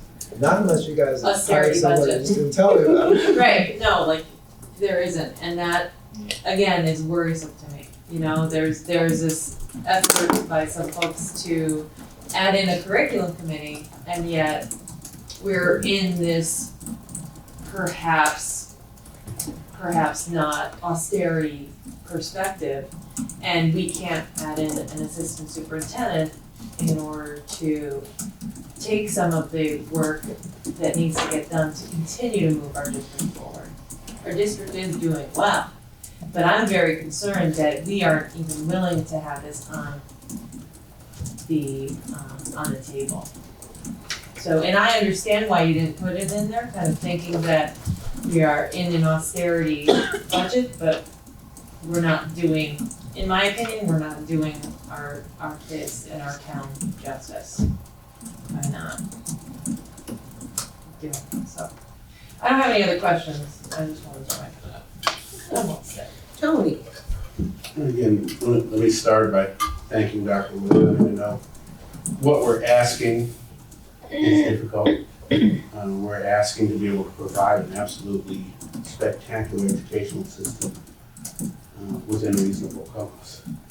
Now, in many of these meetings that we've had so far, we keep talking about utilizing the expertise of Dr. Willett and his staff and the experiences that they have. And looking at the narrative, Dr. Willett, that you wrote, in the benefits and highlights section, paragraph 1 says that even with these reductions, we maintain the crucial integrity of the personnel resources. Paragraph 3 says that with these reductions, we maintain the crucial programs that are providing the excellent educational support. Paragraph 5 says that even with this, we're maintaining the excellent support for students with ADA needs. It reads as if even with these reductions, and correct me if I'm wrong to put words in your mouth, we are still going to be able to provide what we've come to expect in our district. I think that, yes, and part of me mentioning them the way that I did is that I'm very fearful that people, that there would be some kind of understanding that these are not needed to maintain program integrity. I would say probably, Ms. Daly Burns would probably say that what she's losing is hurting that ed program significantly. But I look at it from the standpoint that, that we can recover things like programs, but when you start doing reductions of people, The way that works is that it starts bouncing around by tenure, and we might lose one of the people we just spent $100,000 training. Like, we just trained people in structured literacy and da-da-da. Now, I'd rather lose a program like LRADS or Lexile than lose someone I just invested $100,000 in to be able to do structured literacy, because you don't get that back. Now, if that, that person comes in, you've got to retrain, send them back, in that one, some cases, send people back to Trumbull. So the bottom line is, what I try to do is create a budget that would be responsible for the community of Tolland while maintaining a core minimum standing of what we need to keep these excellent programs going. This is really the core minimum to keep that going. But it would be fair to say that with the budget that you presented here, we are still going to be able to provide for the needs of our children. We're taking one step back with 2 steps forward. So we'll still be able to fulfill the needs. I think I'd like to piggyback on what Tony's saying, because I think that we need to be acutely aware that, I moved to Tolland for the school system. I moved to Tolland from a town that did not have a school system. I made a critical decision to come to Tolland, and it scares me greatly, some of these programs that we're reducing. I get it. I've run budgets. I've had to scale back on things that I haven't wanted to scale back on, whether it be personnel, whether it be staff, whether it be any needs, whether it be office type needs. I think that yes, we can cut any of these programs. Is it going to behoove our children? Yes, our personnel are going to be able to teach our children. Yes, these programs, some of these on this list are phenomenal. I've seen them firsthand with my children. Do I want it cut out of my children's thing? Absolutely not. Do I have confidence in Dr. Willett and his team to continue to educate my children and have them grow through the school system? Absolutely. If we can find a way to keep some of these programs, then we should absolutely do that. I do think we need to be fiscally responsible and maybe streamline some, but I think that you did a brilliant job presenting this budget, Dr. Willett. Amazing. And it is hard to limit things. I know that we can't throw everything at it. Everybody says the Board of Ed spends all this money, I get it. But there's some programs in here that are very critical that I think that we need to really, as Dr. Willett says, chew on over the next week or so, or 2 weeks, because there are some programs that I think we can throw back in there somehow and find that balancing act in other aspects. And I think that, we need to get to work and do so.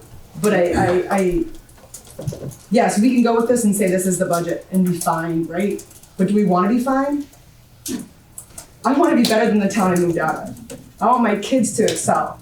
My husband has high hopes for my kids to go to Stanford or, Notre Dame or wherever. So that's why we moved here, right? So that's our job right now, is to chew on this. And yes, we can absolutely propose this budget. I'm pretty passionate about this. Dr. Willett, I'm pretty passionate about a lot of these programs you put in there. And I get it, we do need to cut, but I definitely think that we need to absorb a lot of this. Because a lot of the questions everybody's asked are phenomenal, so thank you. Yeah, And a lot of what you presented. I'm sorry, Tony, I didn't mean to jump on you. But I wanted to make sure, because I couldn't talk when it was my turn, because I felt like my cough was going to come through this microphone, so I apologize. And I think you make an excellent point, and I concur. We moved here for the very same reason. The system that we have, as Dr. Willett started, his conversation with, is absolutely amazing. And 10 years from now, when my little one gets in school, I expect it to still be absolutely amazing. When we looked to Dr. Willett and we said, we need you to provide the superintendent's budget of what you need to achieve this, this is the document that he presented. Now, the summary, in his words, say that this budget offers a strong support for student learning and program opportunities, a continuation of program efforts that maintain the competitiveness and vibrancy of Tolland schools. So what I'm reading here is that this budget continues that upward march. Now, does it do it as fast? Maybe not. But it continues that march. And that may have to be good. Well, that's assuming that 1.87% would be agreed upon by the town council. And there is no guarantee of that if we go with this as it is. And let's just put that out there because we do depend on the town council to approve this. I think before we as a board, and I mean no disrespect to this, but before we as a board can worry about what's going to be approved by the town council, we need to make sure that we're providing the most responsible and best budget for our kids. And then the council will do what they do. But Yes. I think this is a jumping off point, right? So Yep.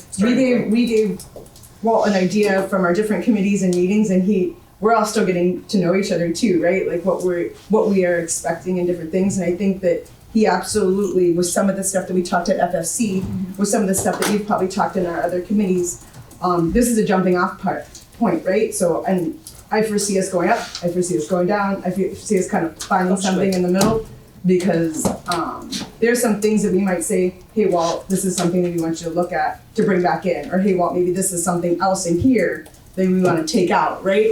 So this is going to take some time to balance up and down. Correct me if I'm wrong. I mean, I'm looking at experience, right?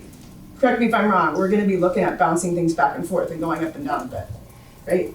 Yeah. I mean, I really, So that's what I'm saying. I really just don't hope you want accept what I'm giving you, but I Right. understand that there's a Yeah, It's process not that you as go easy through. as you say to Right. go somewhere else and look at something else to I know. produce. I'm just saying, but I'm just And saying because I'm trying to it's drive the another point that program. he's saying is that this is going to give us the supreme core. education in Tolland.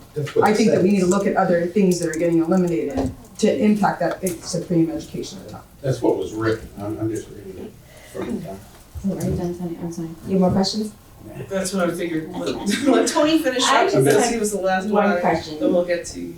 Okay. I just have one question. I'm just curious. I'm looking, for example, at facilities maintenance and repair services. So last year we spent $220. This year we're budgeting $440. What would be such a jump? Like, what's included in that? Because I'm assuming there's no instructional type programs or materials in that. Probably Birch Grove, but that's the kind of one I'd have to go back Okay. and detail on. Because I mean, that's. If I had to guess, I'm thinking, probably, this is again, just thinking about what I know about what we're doing. The proposed for facilities at the 440 level includes things that we're anticipating we're probably gonna have to handle. Okay.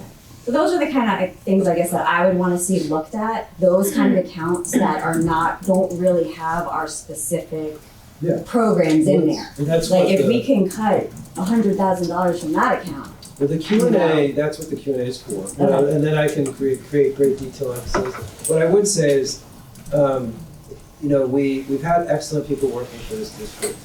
Peter Staubach is probably one of the most facilities people I know.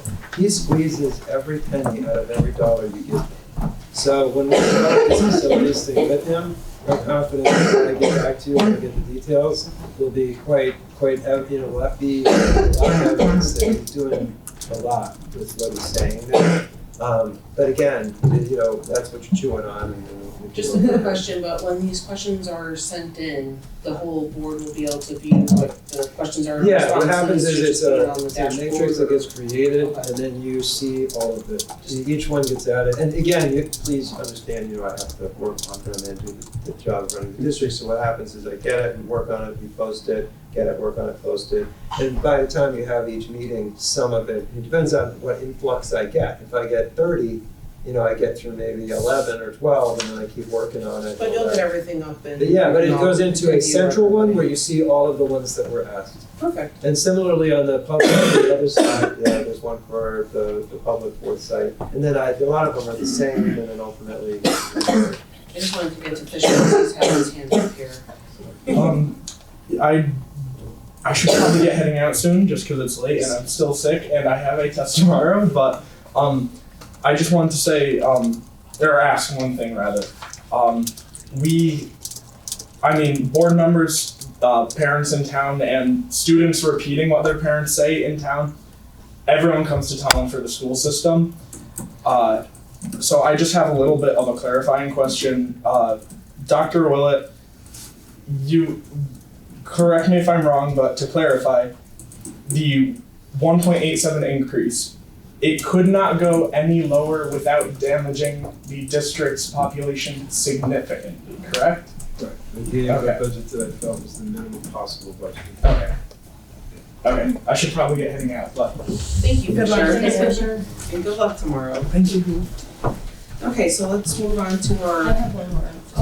Okay, so I would disagree that this is an upward march.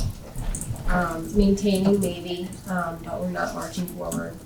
And, you know, our board work is about progress, and I don't see this as progress. I do appreciate all your work, I do appreciate it. But I'm scared that when we cut things like art teachers and sports and things like that, that it will not come back. Because that's been my experience in the past. So that's just my observation about a lot of these things we're gonna lose. Sure, some can be absorbed, but, you know, 2 steps forward, 1 step back. I think about trying to stay competitive with something like STEAM.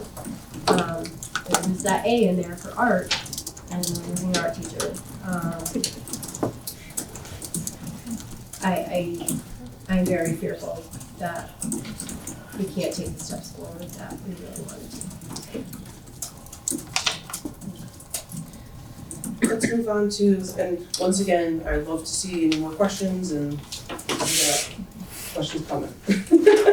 So let's move on to the monthly financial report for December.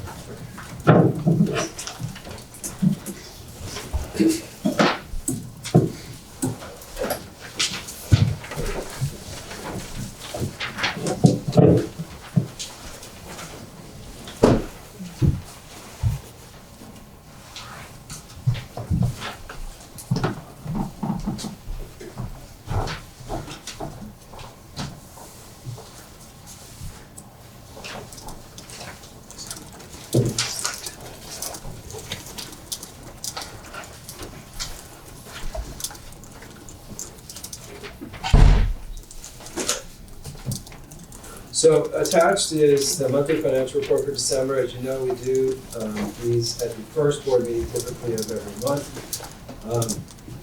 This budget is the same. It's about where we expect it to be. I'll go over a couple of general statements, and I'll give you a few noteworthy highlights. And then I know in FFC generally there would be follow-up questions.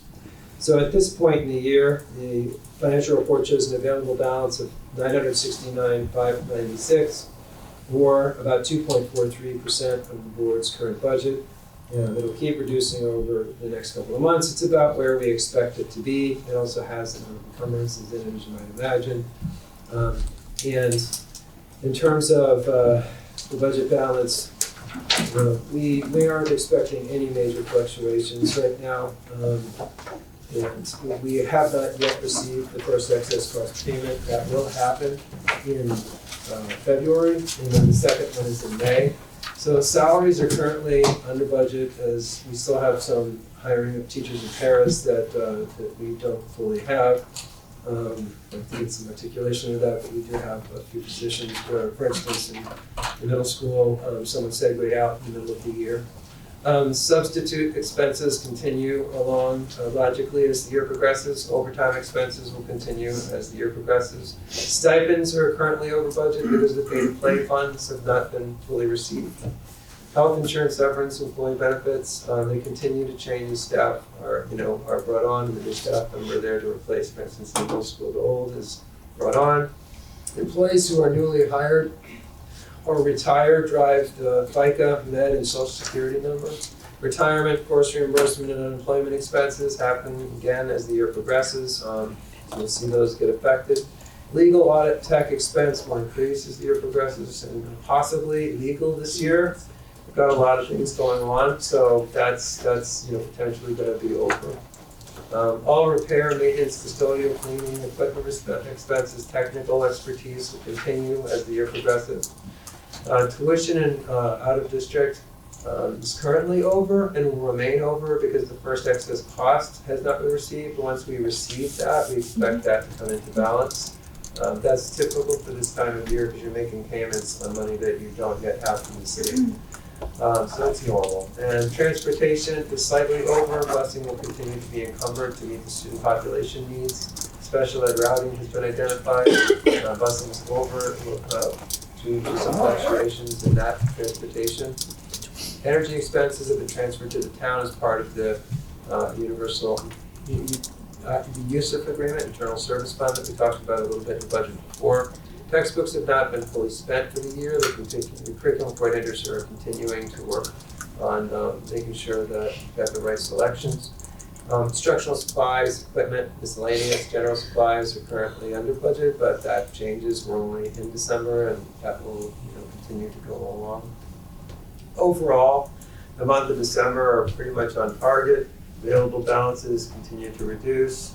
December is almost 100,000. It's 91,000, but almost 100,000 lower than November. So that's about a typical kind of thing, and especially since we weren't in sessional, there weren't as many things getting processed because of that rather long December break. This year it was the longest I think it's been in a long, long time, which made coming back extremely hard for those kids. Very hard. It goes to a lot of hardship. So there was, that's basically. I think I'm at my time. You did pretty well. But I know FFC will follow up. G3, we're supposed to table this because the construction drawings are not available until next week.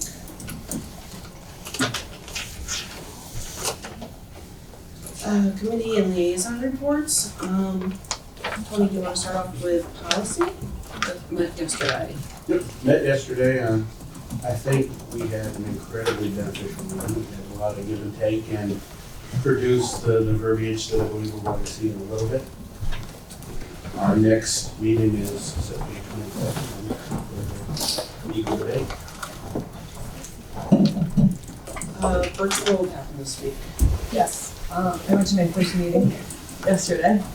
A lot to absorb, some exciting stuff. I'll have a little bit more to report next time, but they were talking about how, obviously if you've all seen it, the building's down, kind of crazy. Again, Mike just wanted to see it explode, but implode.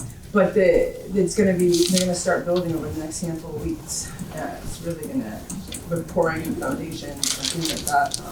But yeah, they got to show me, I was the one asking all the questions because everybody had been there for all these months doing this, but they had showed, different, aesthetics, and they were talking about why the different hallways were different colors and why they do their floors red and then red up on top, so an emergency situation.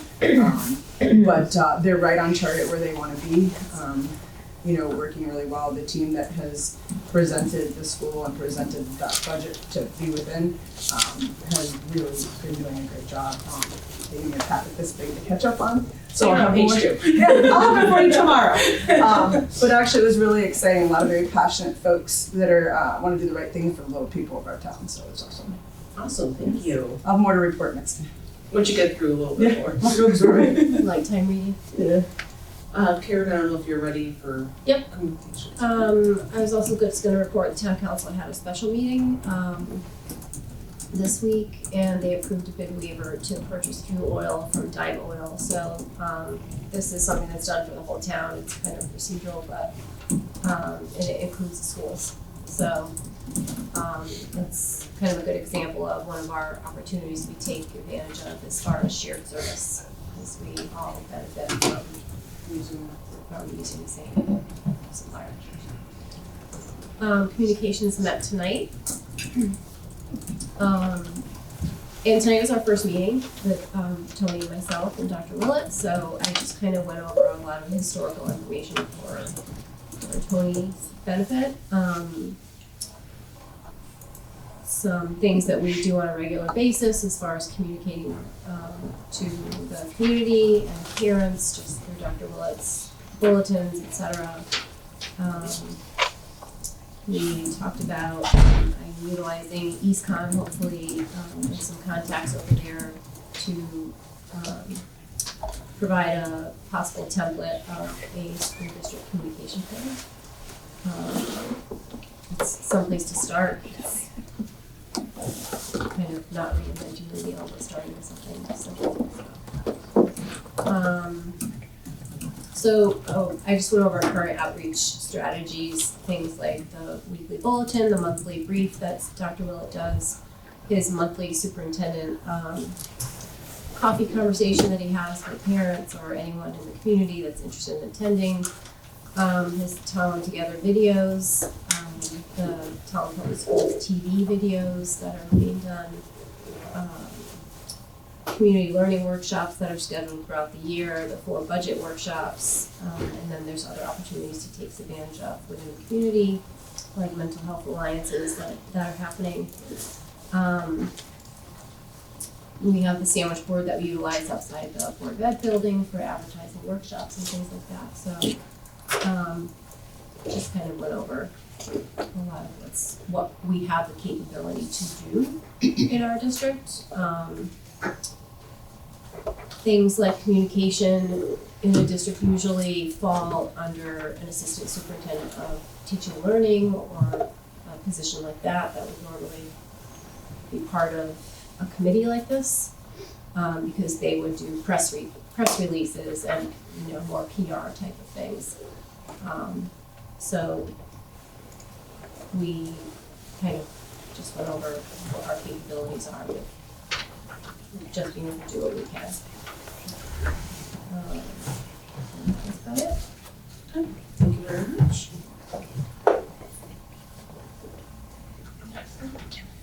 Next up is my chairperson report.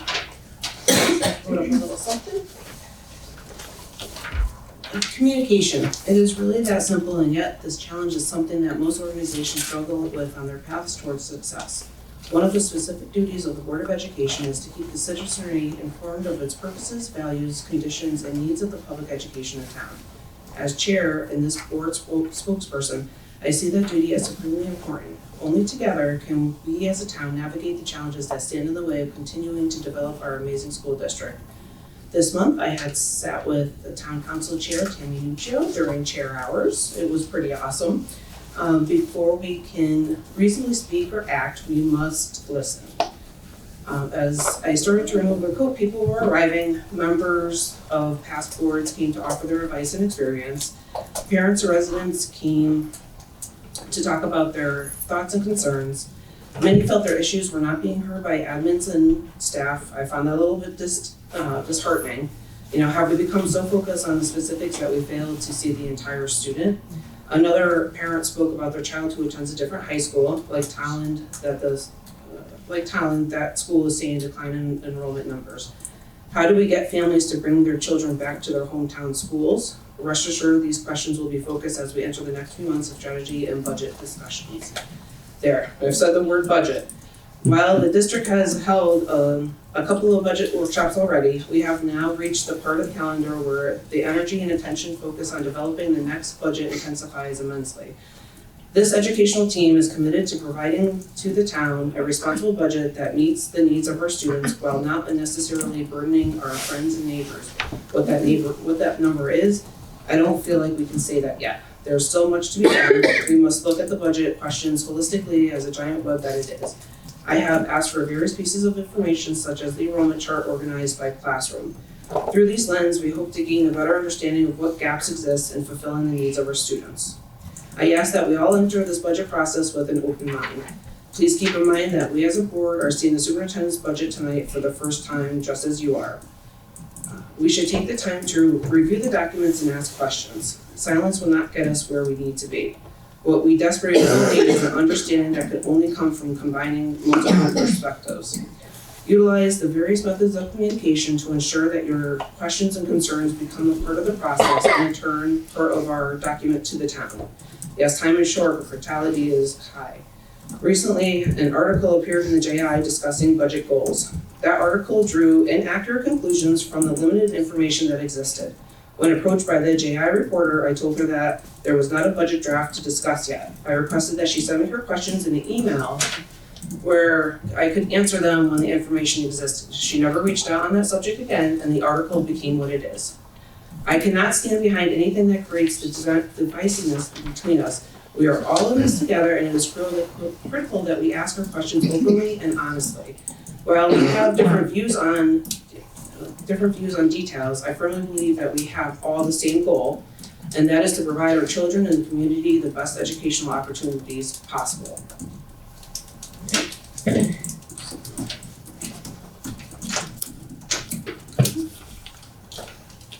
Board action is next, but we don't have anything that we're doing. So, public participation, there will be another 2-minute limit, and the comments must be limited to the items on this agenda.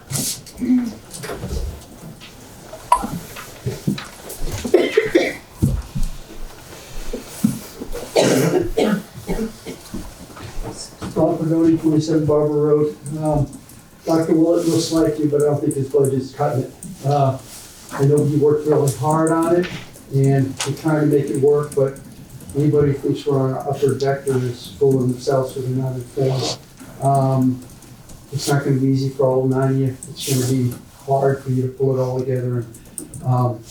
Historically, arts have been the place that we first always go to. And the arts system in the school system, in all the years, the 20-something, 30 years I've been in town, they always take the hit first. Historically, when you start messing around with sports, you will have more parents coming here than any other thing that goes on. There's nothing else that gets attention as you're gonna cut a team, the mob scenes show up. Maybe it won't happen this time. That's historically what takes place. Some children, they come just because of art, the school, that's what keeps their attention. Some, they come because they get to play soccer. That's what keeps them in the school. All the rest of it is something that just happens, but that keeps their attention. If you cancel the sports and those 3 teams, you will have some children that will fall by the wayside. They will lose their interest. They will never get a chance to get on the freshman team because freshman team is already hard. The JV team's already hard enough to get on. Take a freshman who's just trying to get on, they may not play sports the whole 4 years, which really could affect them for the rest of their lives. So good luck with that one, okay? Thank you. Thank you.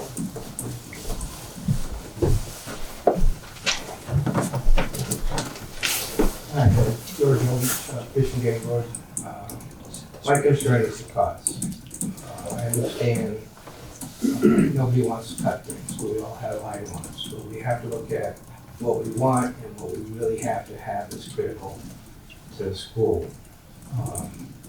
We got a lot of reductions coming, and I think the budget is too high myself. It's just gonna fly. We need to do more cuts, not less. And the thing about sports, that's just throwing it out there to piss people off. You're looking at $7,000 and you've got what, $48 million budget. That's just trying to get angry parents out here to vote your way. That's why those reductions are in there. Let's get serious, reduce the things that need to be reduced. What is the class size? I'd like to know about the average art class. By cutting an art teacher, are those classes have 15 students? Could we still have 22 or 24 students in those classes and not have anybody miss out on art? We have to get those things out there so we understand really what you're talking about. I've heard classes in the Tolland High School that have less than 10 students in it. Is that possible? If that is that something we need to look to cut? Can we move those students to Ellington or Coventry where we have some kind of a co-op, where we have some of their students coming here for something, maybe for a quarter or a semester or whatever, and vice versa. We're looking at all possible ways of saving money. I know it took like 3-4 years to convince you people that we had too many buses. It's like a million other things here. There's things that we can cut, and everybody's got, I want. And I understand people come to this town because they love the schools. Well, trust me, last time I heard anybody say, I came to this town because of the low taxes, I still had dark brown hair. Thank you.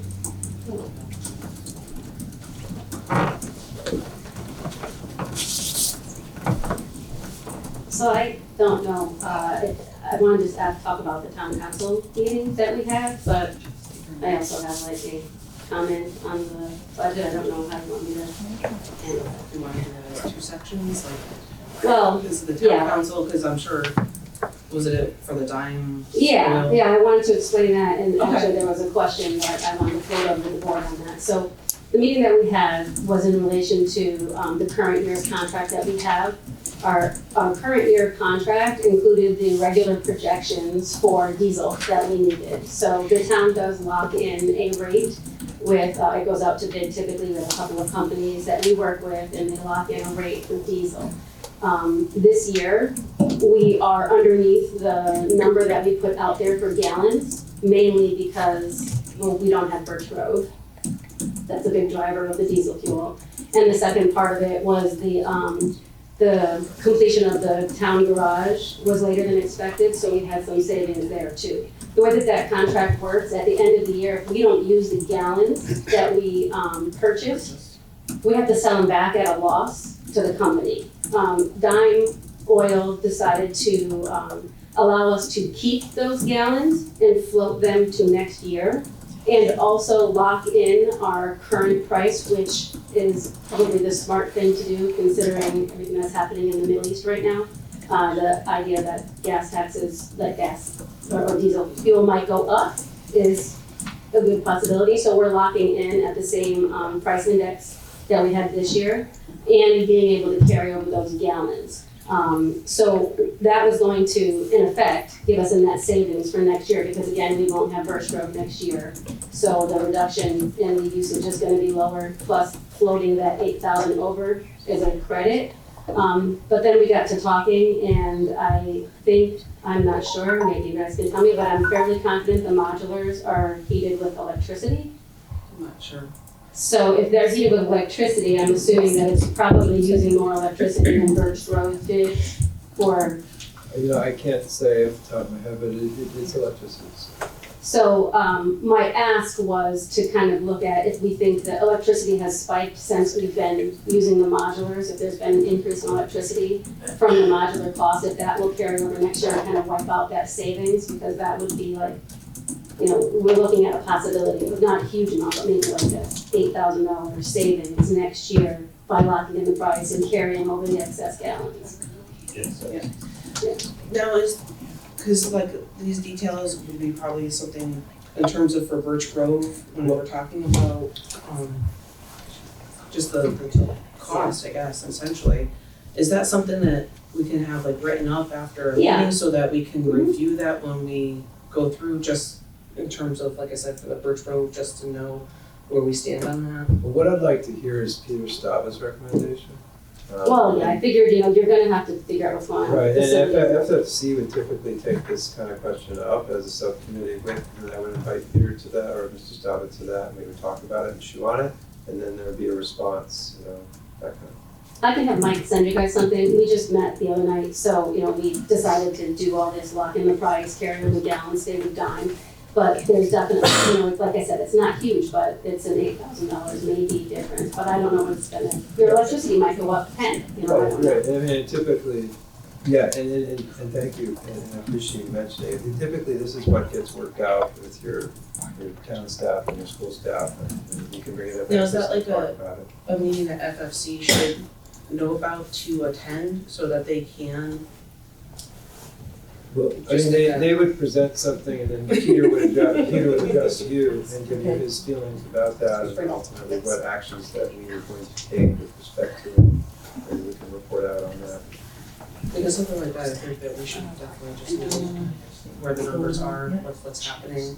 Because if we can have a savings of just follow that, I think that would be a positive. So that would be good. Anything you want to do. But that's typically how that would get. I'll have Mike send something over to you guys too, like with what we kind of estimated in the meeting and that, and then do you want me to just send it to Dr. Willett and FFC or I don't know, who do you want me to send it to? So you seem to be in a position of sending this versus a town staff member sending it, but whatever you want to do is fine. So I would suggest coming to me and then I can disseminate, you know, but whatever you want to do. Either way, I just think that that would be definitely something that we should know. Shouldn't it be town manager or superintendent? Yeah. I can have Mike send it, that's fine. That's fine. Just wanted to give you the information. Yeah, I mean, I'll do the same thing with it. I know, right? It doesn't matter, right? But that is, yes. Proper protocol is town manager or superintendent. And FFC. after Add it to my list. Then That's a the list. second thing, Tim Lucio, 71 River Road, question about the freshman sports thing. Do we have any idea, I know when my kids were in school and we had freshman teams, those freshmen were also on the JV team. It was an opportunity for them to play extra games, and to be honest with you, we were lucky if they played 2 games a year. That was soccer, girls soccer. I don't know about these other sports, but I know we also had a hard time because not a lot of towns have freshman teams. They typically have a JV team. Big towns like Glastonbury have freshman teams, but a lot of the towns that we play typically didn't have them. So I don't know if you know how many games they were playing or how many kids that would be affected, and if those kids were on JV or if they were only on a freshman team, if there's any like true negative impact to not paying the coaches for a freshman team. But we also had our JV coach was the freshman coach, so I don't, just figured I'd throw that one. Yeah, we can address that in Thank you. information we can get here. Please, back up on that. I'll go maybe later. Hello everyone, Lou Luba, 1160 Tolland Stage Road. I'm here speaking just as, not as town council member, just observations that I have as a town resident. First off, Dr. Wood, this is a very difficult process that you're going through. I understand that. For the entire board here, appreciate the seriousness in which you're taking this, taking the budget here. It does significantly affect the town, and I don't envy you. And I don't envy the town council after we get your proposal here.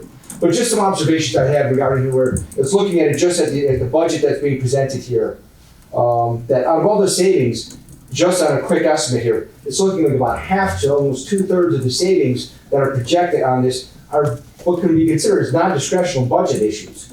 That you have reductions in things such as the HSA deductible, line 209, line 260 unemployment compensation, line 359 professional services contract, the student transportation services 510, then you go again 560, 561, 608, the operational contract, office classroom supplies, heating, oil, and gas, line 624. Going down there, there's a lot of things which add up to almost $350,000, $400,000 in savings that are really not a discretionary spending. These are savings that the town would encounter, or that there's just issues that would normally occur as far as an ebb and flow of what needs to be maintained and other things like that. So that's something that I'm just asking the board to look at and to sort of right set some of the things that are as far as the reduction where there's costs that have been deducted from here, but how much of them were actually discretionary costs and how much were actually having an impact on the educational standards as Mr. Holt was discussing. We're maintaining a huge and an outstanding level of education here, and the cuts that were made. I mean, there's money that was saved here, but as I said, half to 2/3 is. Send it an email. Yeah. Thank you. Thanks.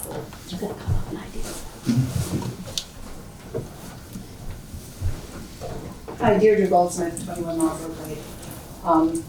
As much as there is discussion about whether or not this is, and I know that this was a lot of work and that we have a huge job, but whether it's a budget that we would want and that we could feel really good about, it's not gonna come down to whether or not Walt did the very best job he could, which I know he did. It's gonna come down to, what do families think? Do they want to now take their children and then the tuitions that go with them and go to outplacements that they can choose? Because if they see things are lacking in this budget that's going to impact their children, that's what I think is going to happen. And I think we have to think about that. So thank you very much for your job. Thank you.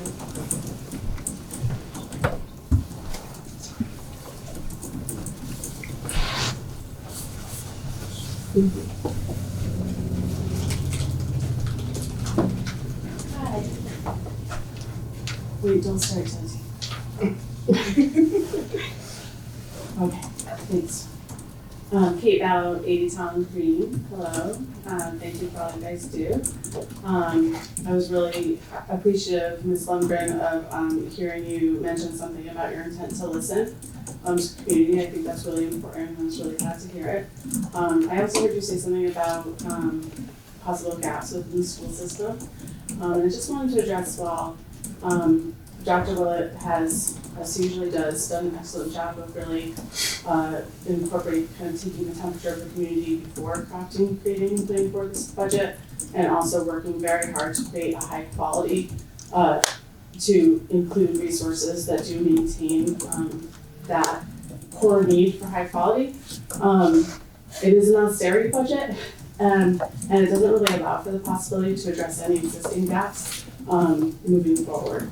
Some gaps that I see are that this budget does tend the special education population very well, as it should, and I wonder how it can both bolster and move beyond being good enough for the regular population, move beyond being fine for the regular population, as well as make the possibility for continued improvements in the area of enrichment, which this district, I think, does need to continue to work on.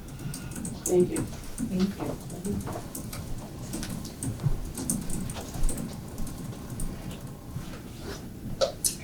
Anyone else?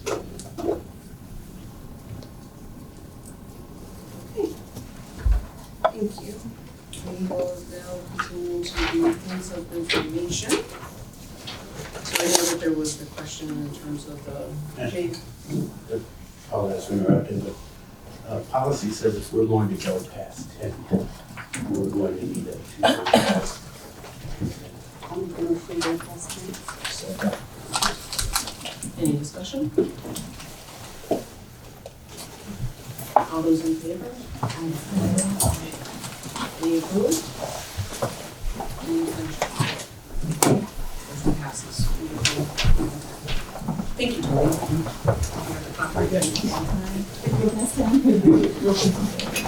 I don't wanna go past it.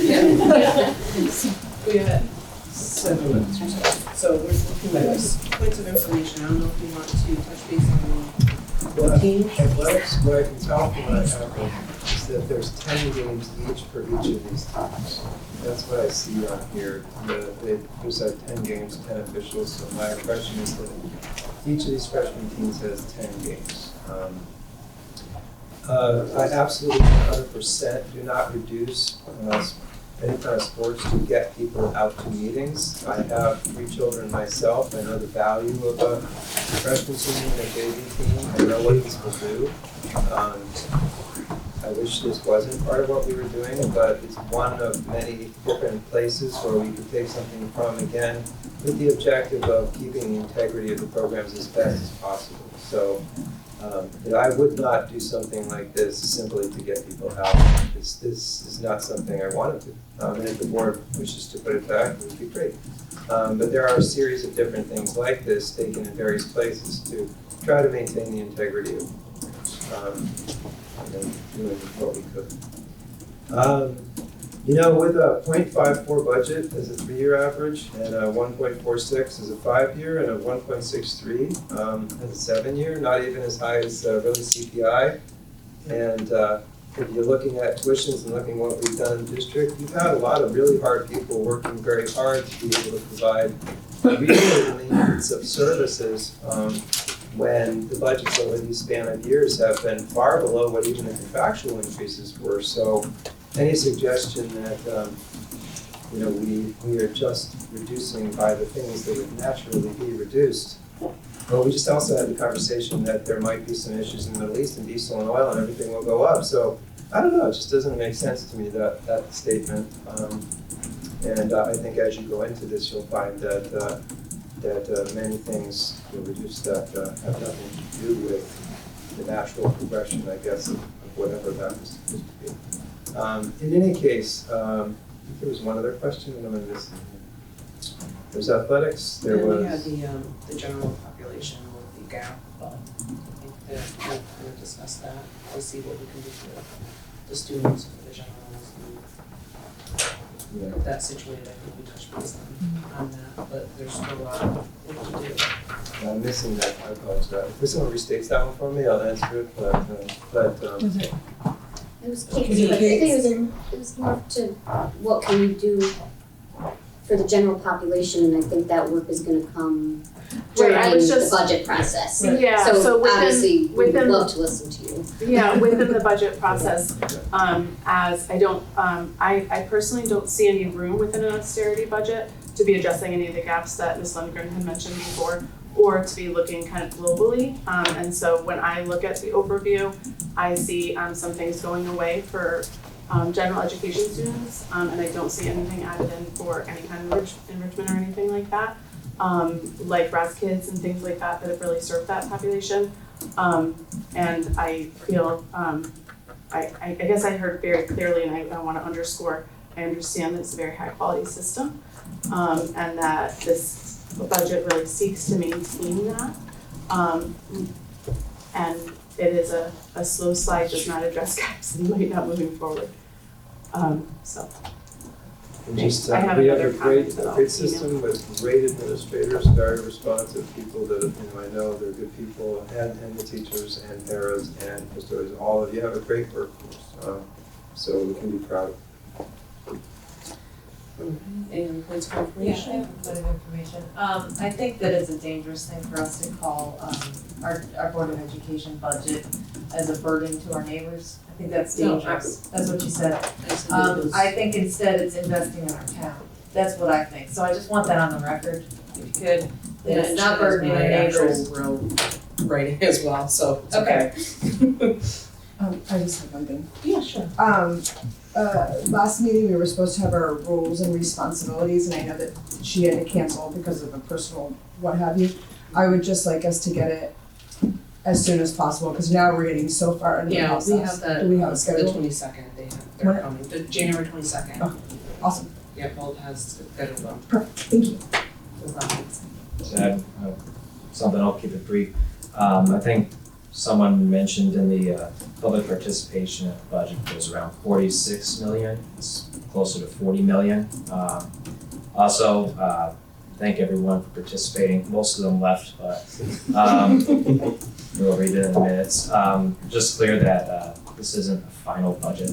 There's a lot of things that need to be worked out. I think ultimately, just given the situations you're facing, very good chance you'll be choosing between the lesser two evils. I mean, it's not a great scenario, but that's just might be the reality it is. We may have to be kind of creative in how we do things. We might have to look differently into how we do things, but I appreciate the public's input and we'll try to come up with something that works quite well with the superintendent. Perfect. Yeah. Thank you. I don't know what that was, but the DGP budget is 46. Oh, okay. So I'm not sure what the question was, but that number would equate, that might match up with the building project. Okay. So I wasn't sure either. Would it be possible for me to just clarify, because it's late and I don't know if I'm making any sense? Ashley, please. Just give an example for my statement. My example was, you had mentioned something about gaps and you mentioned something about hearing about class sizes, for example, and you were Yeah, wondering that's like right. specifically, like, are there 25 kids in fifth grade, that kind of thing? Like fifth graders, so I can say, yes, there's 25 kids in this class, but I was really watching this budget closely because last budget cycle, I was like, oh man, the class sizes did go up. And I was kind of hoping that would be tended in this one. I don't see an opportunity right now for that, considering everything happening. So that would be the sort of thing that I am asking the board to look at. How can we not only keep it good enough, but make it better than that? And I have a request in with him that he's going to provide me with a sheet that I can actually visually look and say, these are, this classroom has 20, this classroom has 22, but this one over here has 25. Yeah. I just wanna have a visual and that would be a fact. Yeah. So that's what I wanna make sure that we don't have all these classes that are 25, because that is an issue. Yeah, so then the next step is then, can we address it in this budget cycle? And that's exactly what Yeah. our job is to do. Thank you. Okay, so I let's just have a quick question, since you mentioned that, is that list he's providing you, are you gonna put that on the dashboard for all Yeah, those? this, I've created put out. And it will Yeah. just be kind of like classroom number 1, classroom number 2? Yeah. You're not gonna use like names? No. And, and just quick asterisk on, typically, whatever classroom they're in because we took careful pains to place them in Based on places their that would be successful. personalities. Right. So it wouldn't be anybody's purview to say, well, that's 25, I want you to move 3 over here and 2 over there and 5, that's not how that works, but yes, of course. No, but just so that we can have an actual document saying, okay, Yeah, it'll reflect this the is where average, we're the at, and highs this and is lows. just, yeah, I just wanna be able to actually how about just everything on the sheet? Okay, let's move on to future business, which we haven't discussed. Actually, I have the curriculum. Well, that one's under new Oh, business, new business, okay. so. Future, new. Future. New. You're gonna hit 22, for the 22nd. So, new business, we One have. question on the future, have we started assigning target dates? I mean, last meeting, we had quite the list of things that we talked about doing in the future, some of the school tours, some of those other things. And we started trying to throw a dart at the dartboard or at the calendar and at least anticipate. The tours would be probably in February, so March or something, of putting that together. Well, the first one would be TIS, and it'll be a structured thing called an instructional kind of round. But we didn't have time to talk about that tonight. Like, I'll have an agenda item where I cover some of those things, but tonight is probably not gonna be the night for that. Thank you. There's this really quickly for future. You mentioned January 28th is going to be another budget session. I see there's also the 14th on this timeline. Is that not, that one's not What we're happening? seeing is you have the budget workshop the next day, Okay. and then that one, I mean, you could, but that's in there, just was that the 28th given people a lot of notice and it wasn't abutting another Okay, workshop. yep, that's fine. I just want to. But you could, as a board, you could actually do that one too. That's why they're in there. Okay, It's just that the 28th looked like it was far enough in advance. okay, thank you.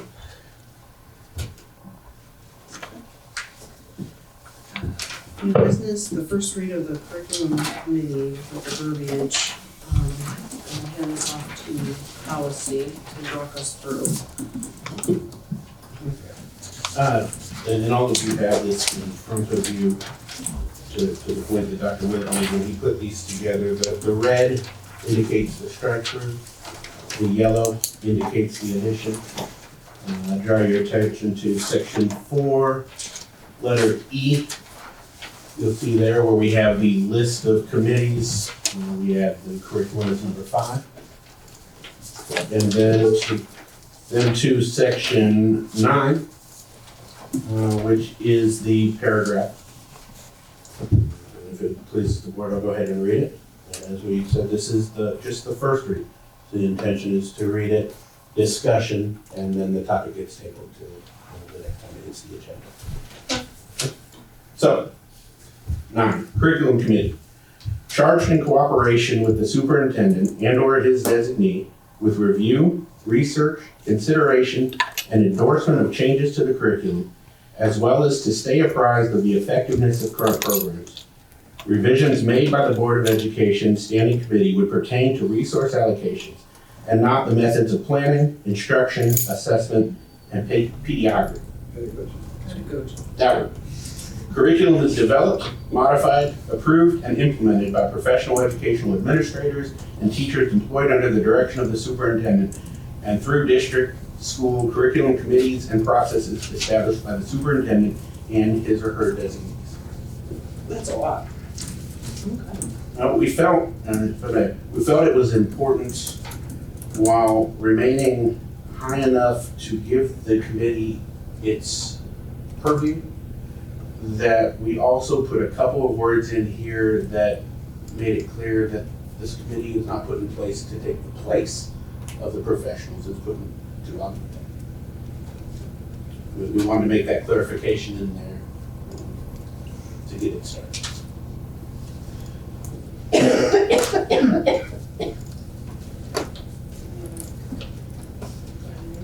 I'm pretty sure this, the second, towards the end here where it says the curriculum is developed, modified, approved. I'm pretty sure that the Board of Education has to approve, but they may not develop it or implement it, but I believe that the statute says the Board of Education does have to adopt or approve the curriculum. So I'm not certain of that particular language, but.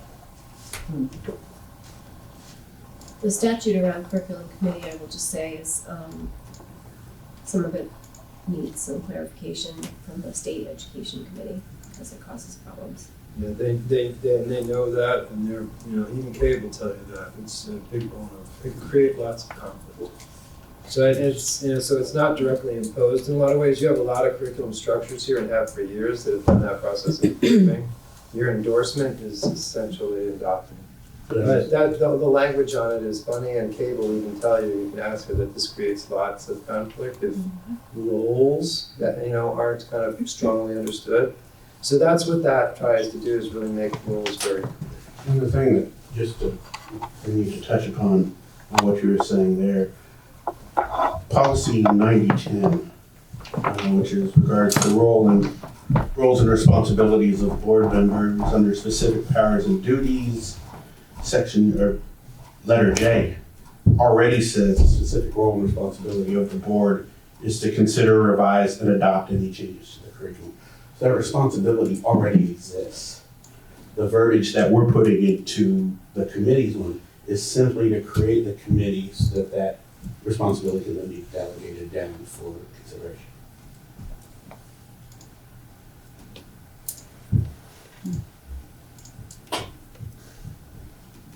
Any further questions?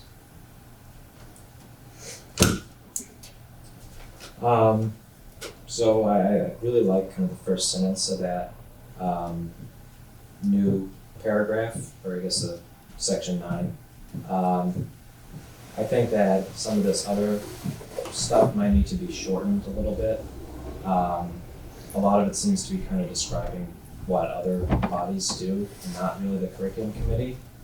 And I don't know, like, I'm not a lawyer or anything like that, but I just don't know like how good it is and how streamlined it is just to have stuff that doesn't really pertain strictly to the curriculum committee in that section there.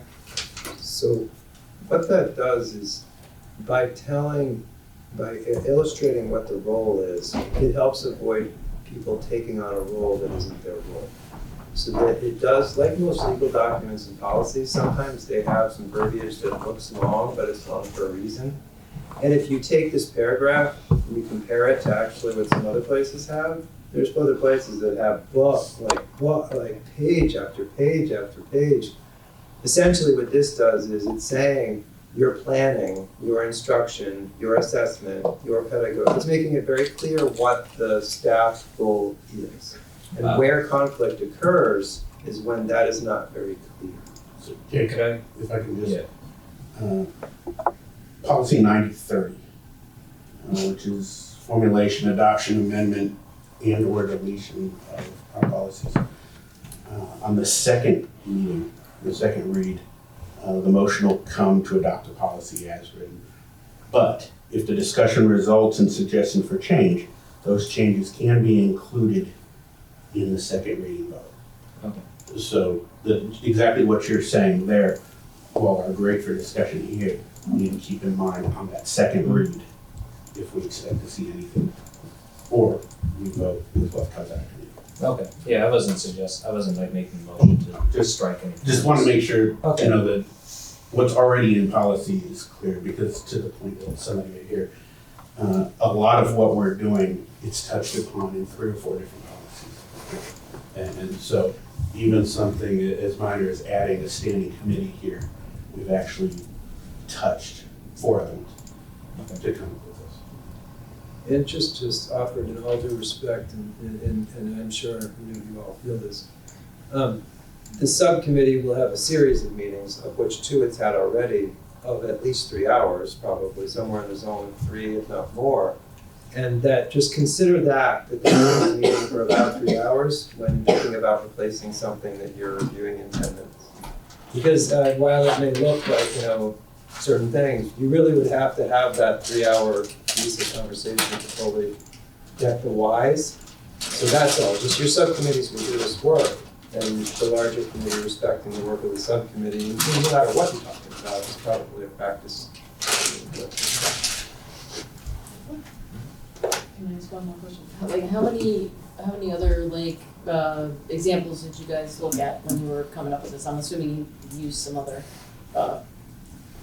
prototypes. No, absolutely. I mean, I know, myself, Christina, Kate, from the subcommittee members, each of us brought examples to the table. I brought 3 or 4. I know that Christina brought equally as many. Dr. Willett also went out and contacted his resources, both legal and professional, and brought those to the table. What we So started, many. Okay, that's good, that's good, just many is. We started out with one idea, followed that down the rabbit hole, ended up changing direction 3 or 4 times before coming back. Just something that we felt as a committee met all the needs without trying to be too restrictive.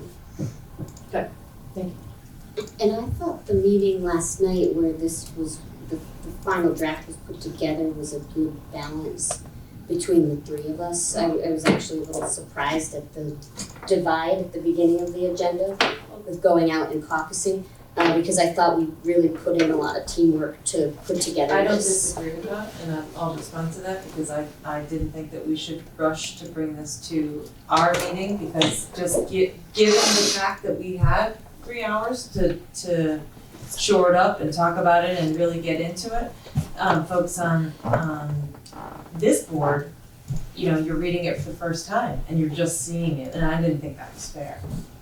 I didn't think that there was enough notice given. So that was my issue, not that I disagree with this, because I agreed with that. I guess. It looks like it's being pushed through. Why wouldn't, I guess I'm confused at being new, why wouldn't you have given this us to tonight if you spoke It about it wasn't on the yesterday? agenda that was published to the public. The meeting happened. So it's just We because happened it yesterday, the wasn't, agenda we was didn't follow posted on procedures. Friday. What would normally happen is within a couple of days, I'll have typed up the minutes from yesterday's meeting, which would With this include this on. verbiage. That would get posted, everybody would have a chance to read, and then that first read. so this entire paragraph gets posted in the minutes for your policy That's meeting? what it is. Plus everything, Yeah, all the additional.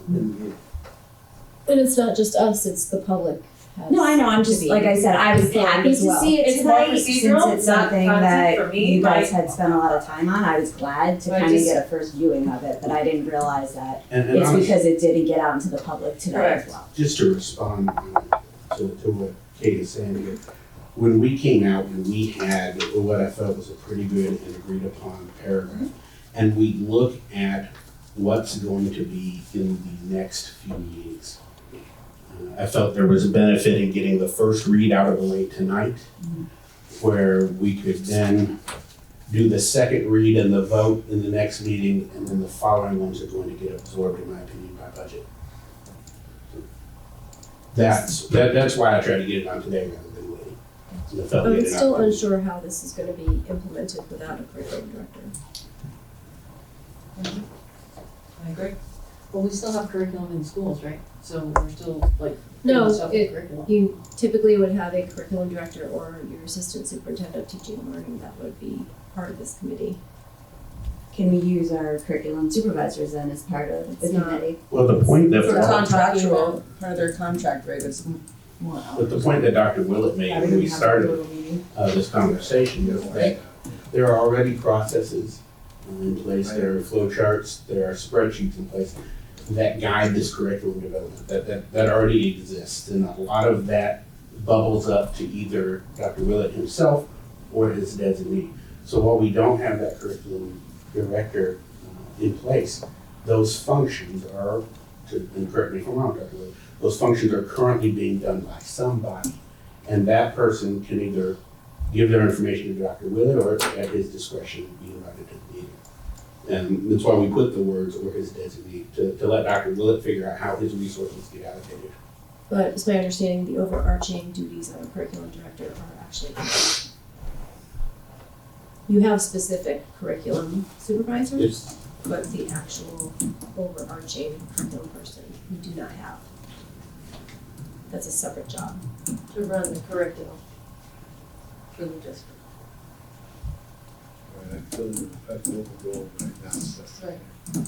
I'd be concerned, and I don't know what the contract says, I wasn't part of the negotiations, but contractually, you're asking for more hours for a union member to come Typically at night. to a committee meeting. that's So not- I would strongly think that we need to really talk about whether it be an assistant superintendent, curriculum director, superintendent to teaching and learning. Cause now it's just tasking Dr. Willett for something, and yes, they do, everything goes up to him, he's the bottom line, or he's the top line, whatever you wanna say, right? And it's